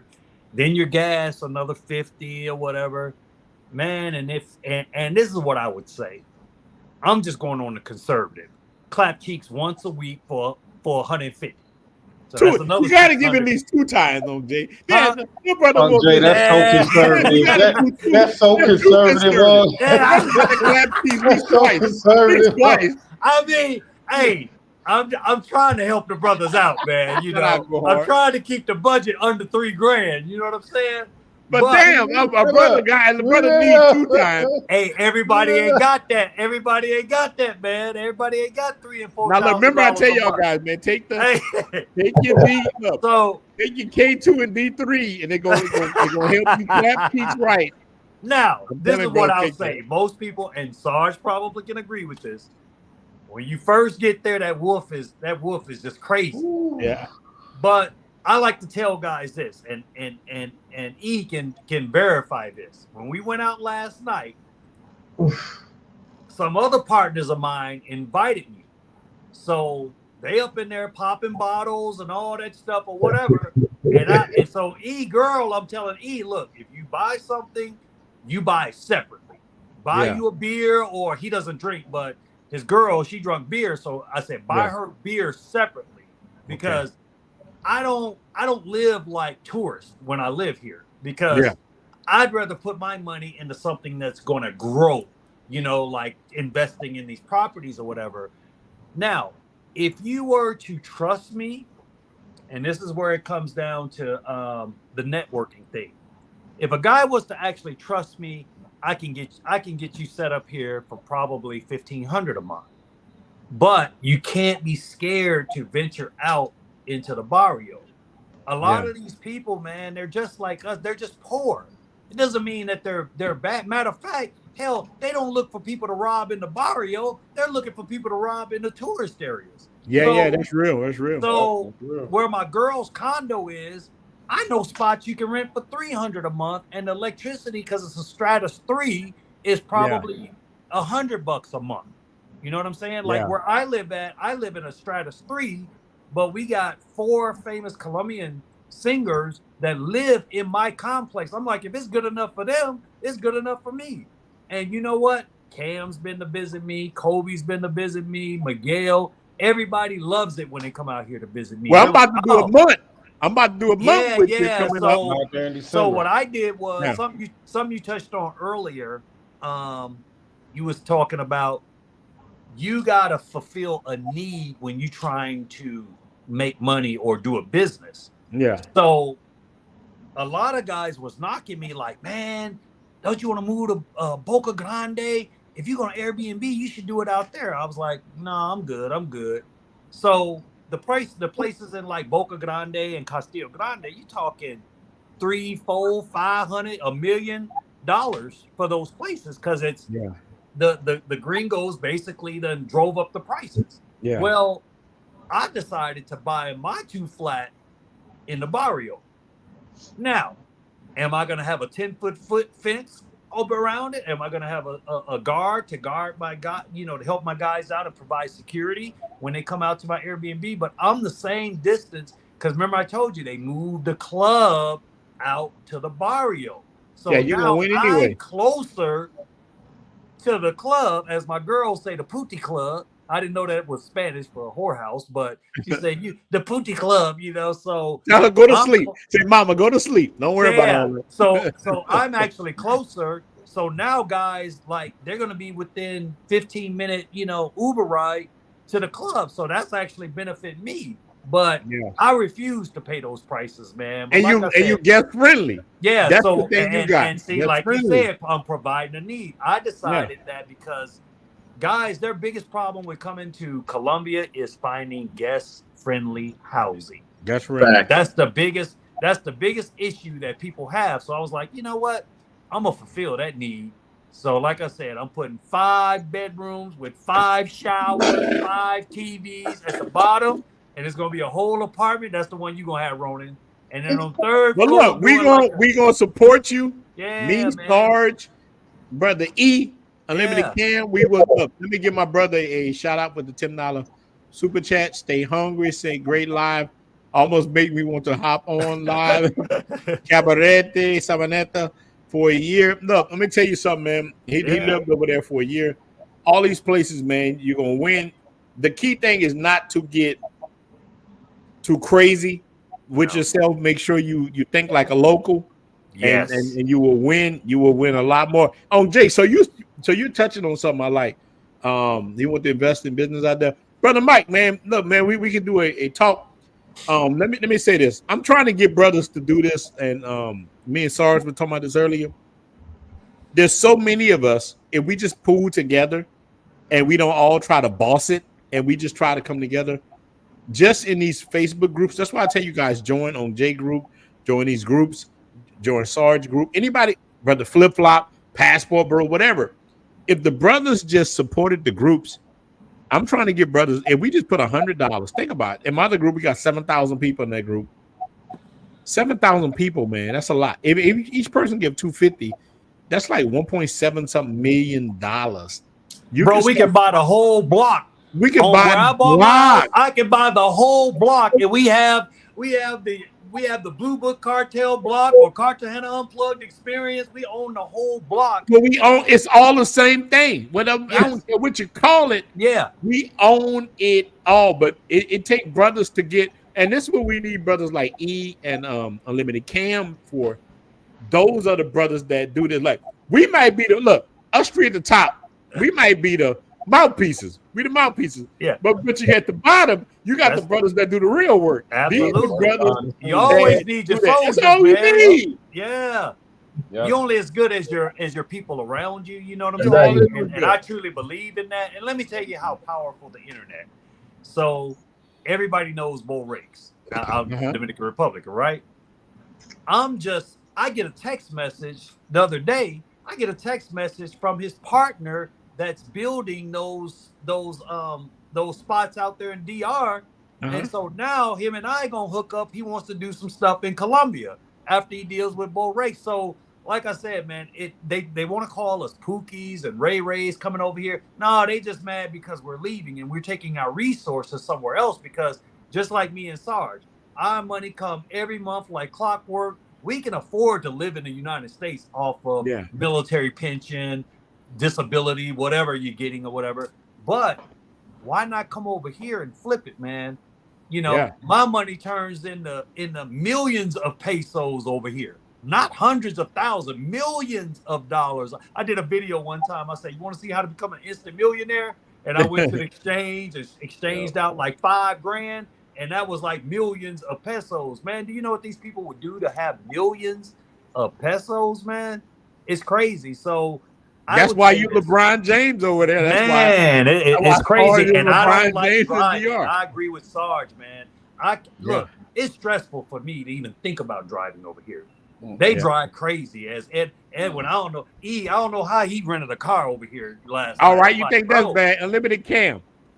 Tell him about Santo Domingo traffic. Oh man, let me tell you. You think what? Santo Domingo will make you run off the road, bro? Red light means optional. here. I drive out there. I mean, I drive in San Domingo. You a gangster. Look, salute to this brother. You drove, brother E. Hey, congratulations to you, man. Man, look, I take my head off to you, brother. I take my hat off. I ain't driving Woo! nothing. Oh, Jay. My girl chauffeur me around. Man. That's why I like what Sarge say. Get you a girl that got a car. She drive me everywhere I need to go, and I'm not mad about it. Hell, I'll buy if she didn't have a car, I'd buy her a car just to drive me around. Shoot, man, look, I like driving myself. Well, I just like this right here too. He said a party in the Sioux is only over for the rookies. Oh man, I appreciate that. Okay. I appreciate that, my brother. A lot of it ain't over for the rest of us. We know the game, and the Sioux is a fun place. Going out tonight, son. Yeah. Yep. Look, in probably an hour and a half, you gonna be there. It ain't gonna take that long. I don't want you to block it. Look, I called a moto. I had one over here in 15 minutes. Yeah, you got Hey, Sarge. See, Sarge. So you talking about once a week is conservative, man. Give us a number, man. Give us a number, man. Hey, look. I got a training schedule. I got a routine. Okay, Monday, Wednesdays, and Fridays. That's my goal. I was. You want my spot class? You ain't gonna get it. You ain't got it. Yeah, man. I think Sergeant froze, man. He froze. Okay. He got a Dominican Wi-Fi. Yeah, Dominican Wi-Fi. I see he got that Herschel Walker face right now. Yeah, he froze. But sitting there like, yeah, man. But wherever he at, he got way better Wi-Fi than he ever had. And but I would say this to people that's asking, man. Listen, if you especially like I was in DR for like 2 months, man. That first week, rapid. But after that, I was like, hey, twice a week. That's it, man. I can't do no more past that. Like it's just too much, man. After a while, you just so flooded in. Right. Even when I went to Cartagena, man, Jay, I was like, hey, I slayed 3 today, bro. I'm good for the week. Yeah. Sarge Power went out at the same time. Look, he's actually telling the truth because to one of my chicks that live close, Poppy, my power out. And the same, so he's talking the real deal. One of my chicks saying the same thing. So we're about to stop anyway, man. Look, I always tell people, man, we about to get on, but I know on Jay, so you got to think Sunday. Yeah, so it's gonna be Sunday 6:00 in the evening. Life of Unc Jay. Yeah, pretty much I asked all of my friends that come here because I'm like this, right? I don't think that I know everything, you know what I'm saying? Yeah. And I like to bring people on that's just as knowledgeable or more knowledgeable than me, you know, because I don't want to, I'm like Ronin, I don't want to just be sitting there just running my mouth all night or whatever. Yeah. But we're going to have Unlimited Cam. We're going to have my partner Gustavo. He's my partner on Cartagena Unplugged, because this time I said I'm gonna let somebody else help me with that because I don't want to do all that work. We're gonna have Miguel. Everybody knows. But look, hold on. What you just said, like a brother asked earlier, what books do you recommend? I tell people, Napoleon Hill, Think and Grow Rich, and one thing he got a chance to interview Andrew Carnegie, and he talked about having a mastermind. And like you want to have people around you that can handle certain things. So Gustavo, whoever he is, if he can handle a lot of that, and everybody knows Miguel. Miguel is a beast. A guy, Bandana Travels. He's gonna be in there. Yeah, he come through. Shout out! I'm gonna have my boy Brad. If you guys remember last week, Brad was a Brad was funny. Know, so we gonna have a lot of fun, man. So this will be my first really big stream, and I invite you guys to come check it out. And like I said, subscribe. We're gonna support it. Support it. I would appreciate it, you know, because it's all about sharing information. So I want these guys to be able to give you guys all the game here in Colombia, because don't listen to people that's maybe at home typing on the keyboard. Oh, don't go to Colombia. Even though that happened to me, let's look at it like this, right? If Unc Jay hadn't followed the rules that I've been telling y'all to follow as far as how to deal with these chicks, I would be, you know, a couple $100 less, you know, lighter in the pocket. You know, I would have got robbed. Well, Jay, let's do that. Let's do that Wednesday. Or let's I got a good show for that, but don't even go into it. Yeah, okay. We go in. So Sunday, you're gonna do it. But look, Sunday we gonna have like a little barbershop, the barberia. That's what we gonna have. Yeah, we could do that Sunday. But look, Unlimited Cam, I want you to do the same thing. Start getting ready, where we're gonna support you. Yes, sir. Sarge, we're gonna support you.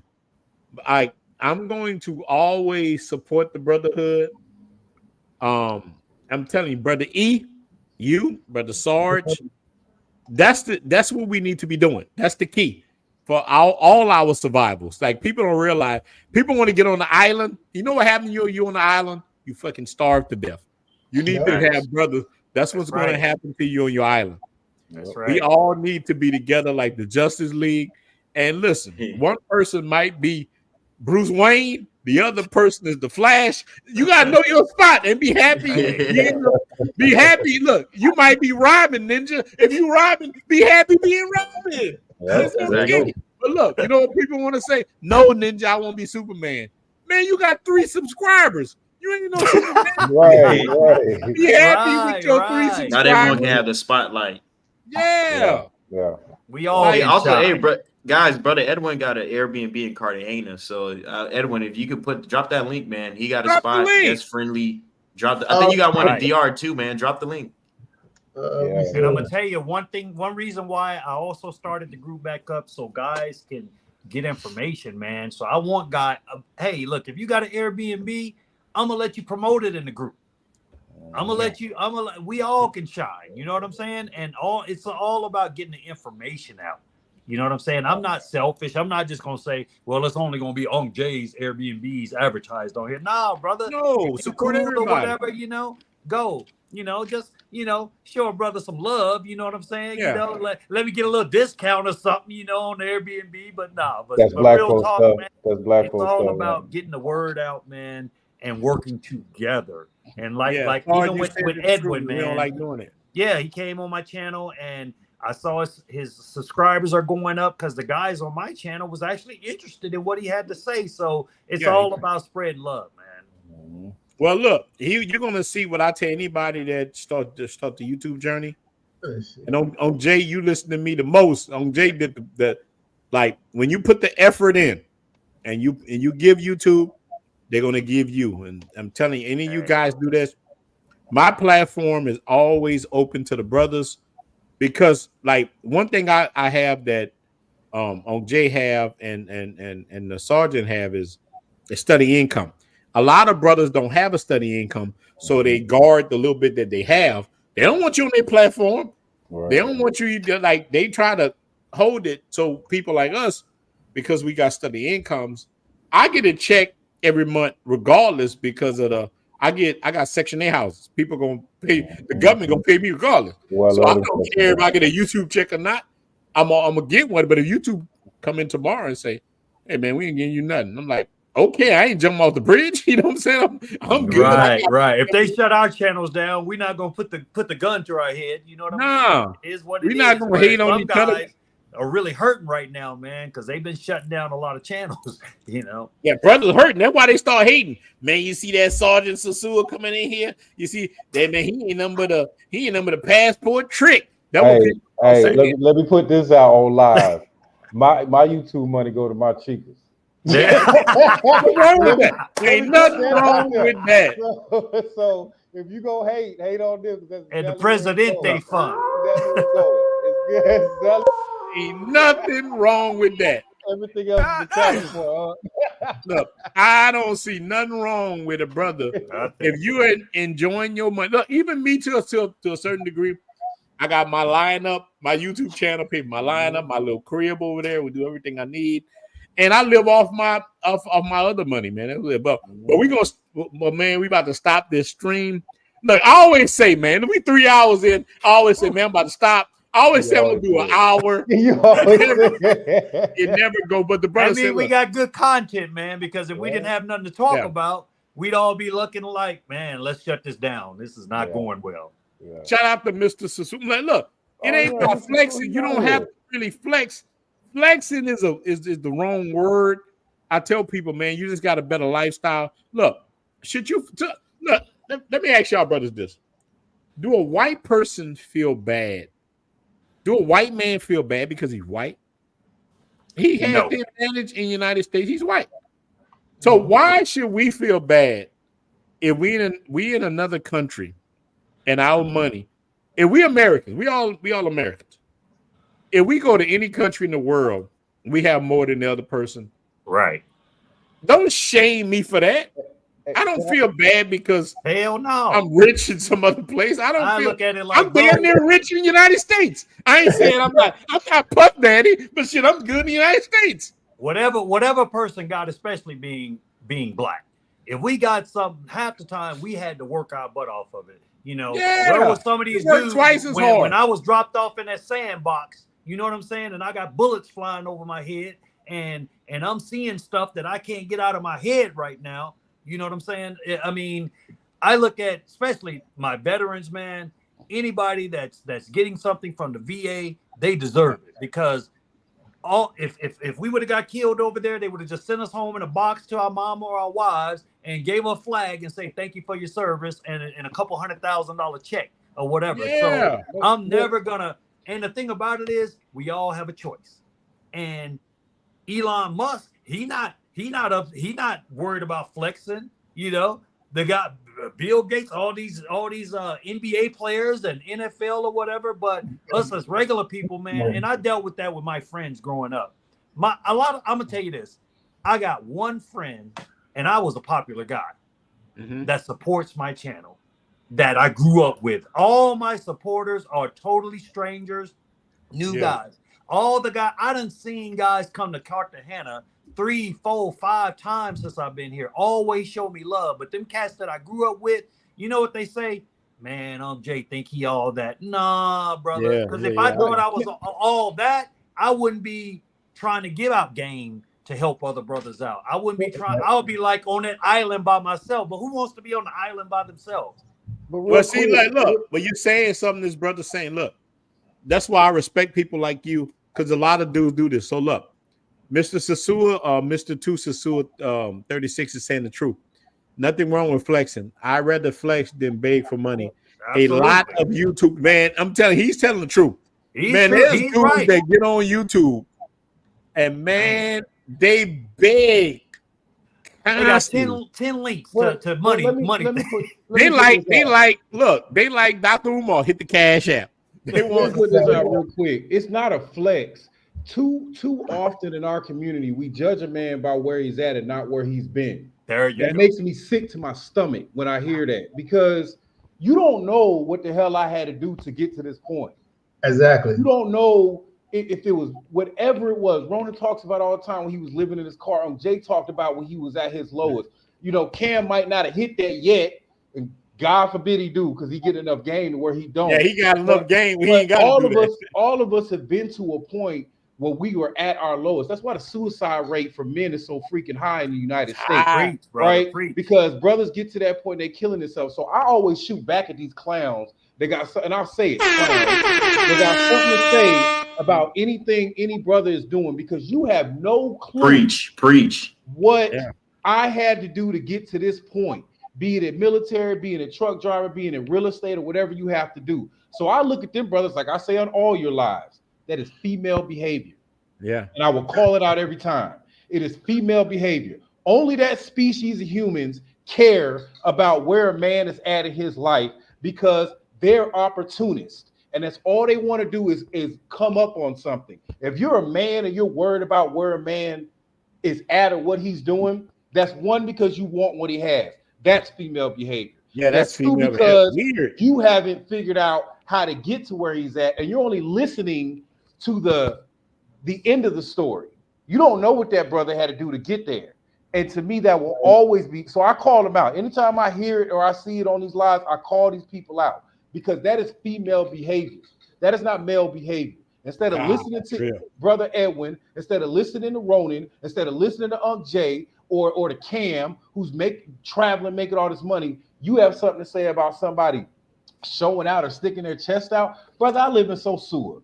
I could walk around here and be 600 pounds and do whatever the hell I want in Sosua as long as I got some money in my pocket. So it ain't no flex. It ain't I'm bragging about nothing. It has nothing to do with that. Until you can read a book or see something of what I had to do to get here, the people I had to bury, the bodies I had to help, the people like I told Jay, and I said on your live before, I've taken a life, I've saved a life, I created a life. Yeah, that's real. Okay, that's 3 things that most men on this planet ain't never. It's not a flex. That's military. That's real. That's real. I respect. So don't question me about what I'm doing or where I'm at, or if I'm flexing or trying to show out. It's all about I'm finding my peace. And any man that is not celebrating another man finding his peace is a female. That's how I feel. Man, I feel the same way about, because I see people say, I hate Cartagena, or I hate, this is why I hate Sosua. I'm like, God, if you're a man, why would you say that? That's just a weird. There's dudes on YouTube got whole videos that say stuff like that. I hate. This is why I hate Sosua. This is why I hate Cartagena. I'm like, I mean, black men. I'm like, you as a black man, you should know what men go through. Why would you say that? But man, we're gonna see. It's already 3 hours, man. We're gonna stop it. We can go on and on, bro. We go on and on. We're gonna stop this, man. I know Yoga wanna get, man. Sorry, man. We're gonna do Yoga, man. You got look, Yoga, man. Email me, man. We can do things like Yoga. Email me at RonintheTraveler@gmail.com. Man, but look, Yoga, the truth, man. Give Yoga 3 minutes, man. Yoga. But look, Yoga, we about to do the thing on Jay. Jump on there. Look, jump on there Sunday with the brothers. Sunday at 6. Sunday at 6. We're gonna support it on Jay. I'm gonna support it. Ain't no football games on, is it on Jay? Stop tripping. No, that's why I put it at 6. No, we okay, Jay. I did the same thing. But look, we can only go 2 hours because I know a lot of brothers like the nighttime game. So that I put it in that sweet spot. So we gonna hit hard and fast. Uncle Jay, we can rotate the live streams from different channels. Yeah, we'll do that. Days. Yeah. Some days on my channel, some days on your channel, some days. That's what it's all about, man. Limited Cam, Sarge. Let's just do we will do it on days like that. Yoga, man, I'm telling you. Sunday, like look, Yoga, man. I'll let him on if he come on Sunday. Yoga, man, send me your information, man, and you can jump on with us all the time. Yoga drops the game. We about to stop. Look, so one of my women like, where you at? You ain't called me yet. she like, look. So she like, Jody, old lady, let me smell it. I just got the donde está. I just got that text. Yeah, we got the same. Mine just walked in the room like the game on. Yeah, so we had 3 hours, man. We out, man. We stopping it, man. Listen, man. Shout out to Jay. Put the chat for 6 p.m. tomorrow so they can just know, so they can have it. Just add it there and then maybe send it to that's Sunday. In the description. Get the notifications too for Sunday. So you know. Yeah, Life of Jay, 6 o'clock. We're gonna get it on. I'm gonna have all the guys on and that want to travel and want to get on the show. And let's talk man. I will support it. I will put it out. Appreciate it, that's brother. That's what we want. And Unlimited Cam, man, the same to you, man. Once you get ready to start doing it, we're gonna support you. Once Sarge is ready. Yes, sir. Thank you, guys. The whole key is do it. I mean, I gotta go subscribe to your channel, brother E.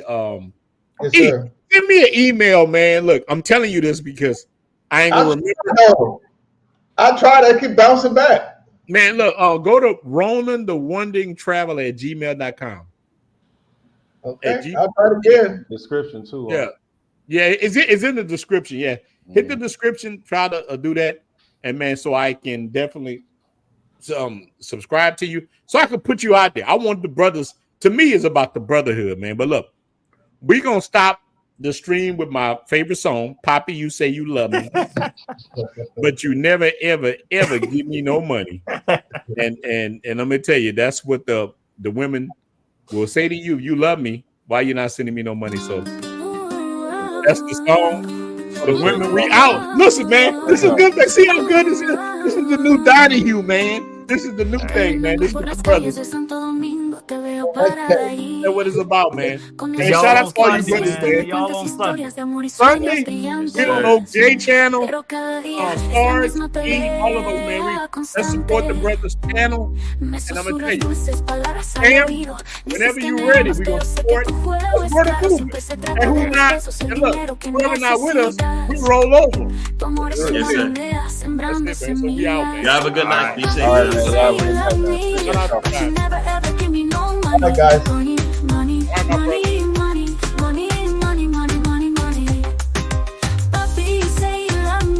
Shout out to all you guys, man. I appreciate all you guys.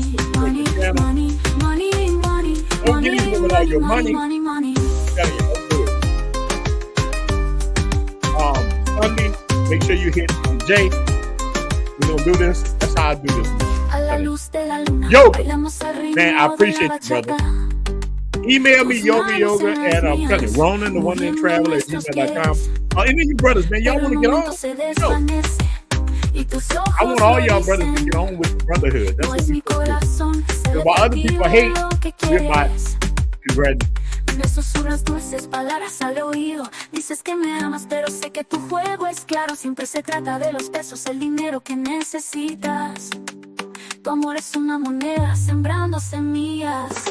Papi, you say you love me, but you never ever give me no money. Money, money, money, money, money, money, money, money, money. Papi, you say you love me, but you never ever give me no money. Money, money, money, money, money, money, money, money, money. Whoa,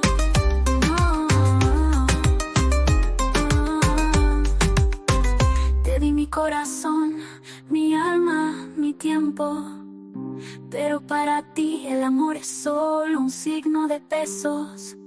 Ahora veo a través del brillo y el encanto. No ser engañado, no caer en tu trampa.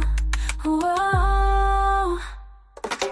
Papi, you say you love me, but you never ever give me no money. Money, money, money, money, money, money, money, money, money, money, money. Papi, you say you love me, but you never ever give me no money. Money, money, money, money, money, money, money, money, money.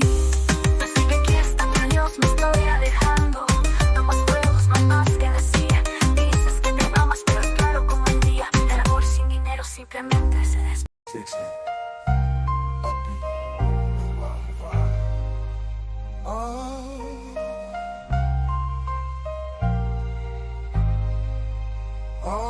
Need a passport, cartel, catch flights, not fears. Globe trotting heavy in heels and wheels, living lavish, loving love in exotic seas, sipping life with a side of dreams. Jet set, let that luxury is our norm. Stamping passport storms, we just reform. First class seats to lands unknown, making every time zone feel like home. Champagne popped and work shopping never stop. From Tokyo Towers to Parisian rooftop. Love, international, no borders, just hearts. Passport cartel playing all the parts. Paints under the stars, different each night. Eiffel views, northern lights so bright. Language of love, fluent in all. From whispers and vanish to Rome's nightfall.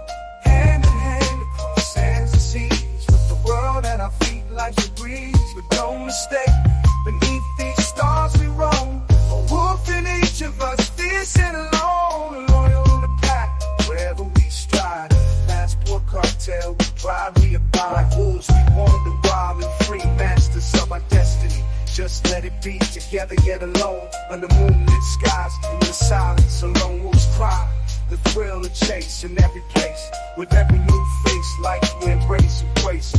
In no place, life we embrace. We the passport cartel, catch flights, not fields. Globe trotting heavy in heels and wheels. Living lavish, loving large, in exotic seas. Sipping life, inside a dream.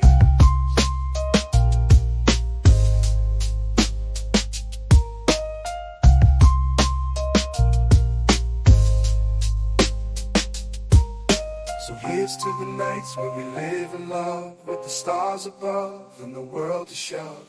Passport cartel, forever we fly, chasing the horizons where our dreams lie.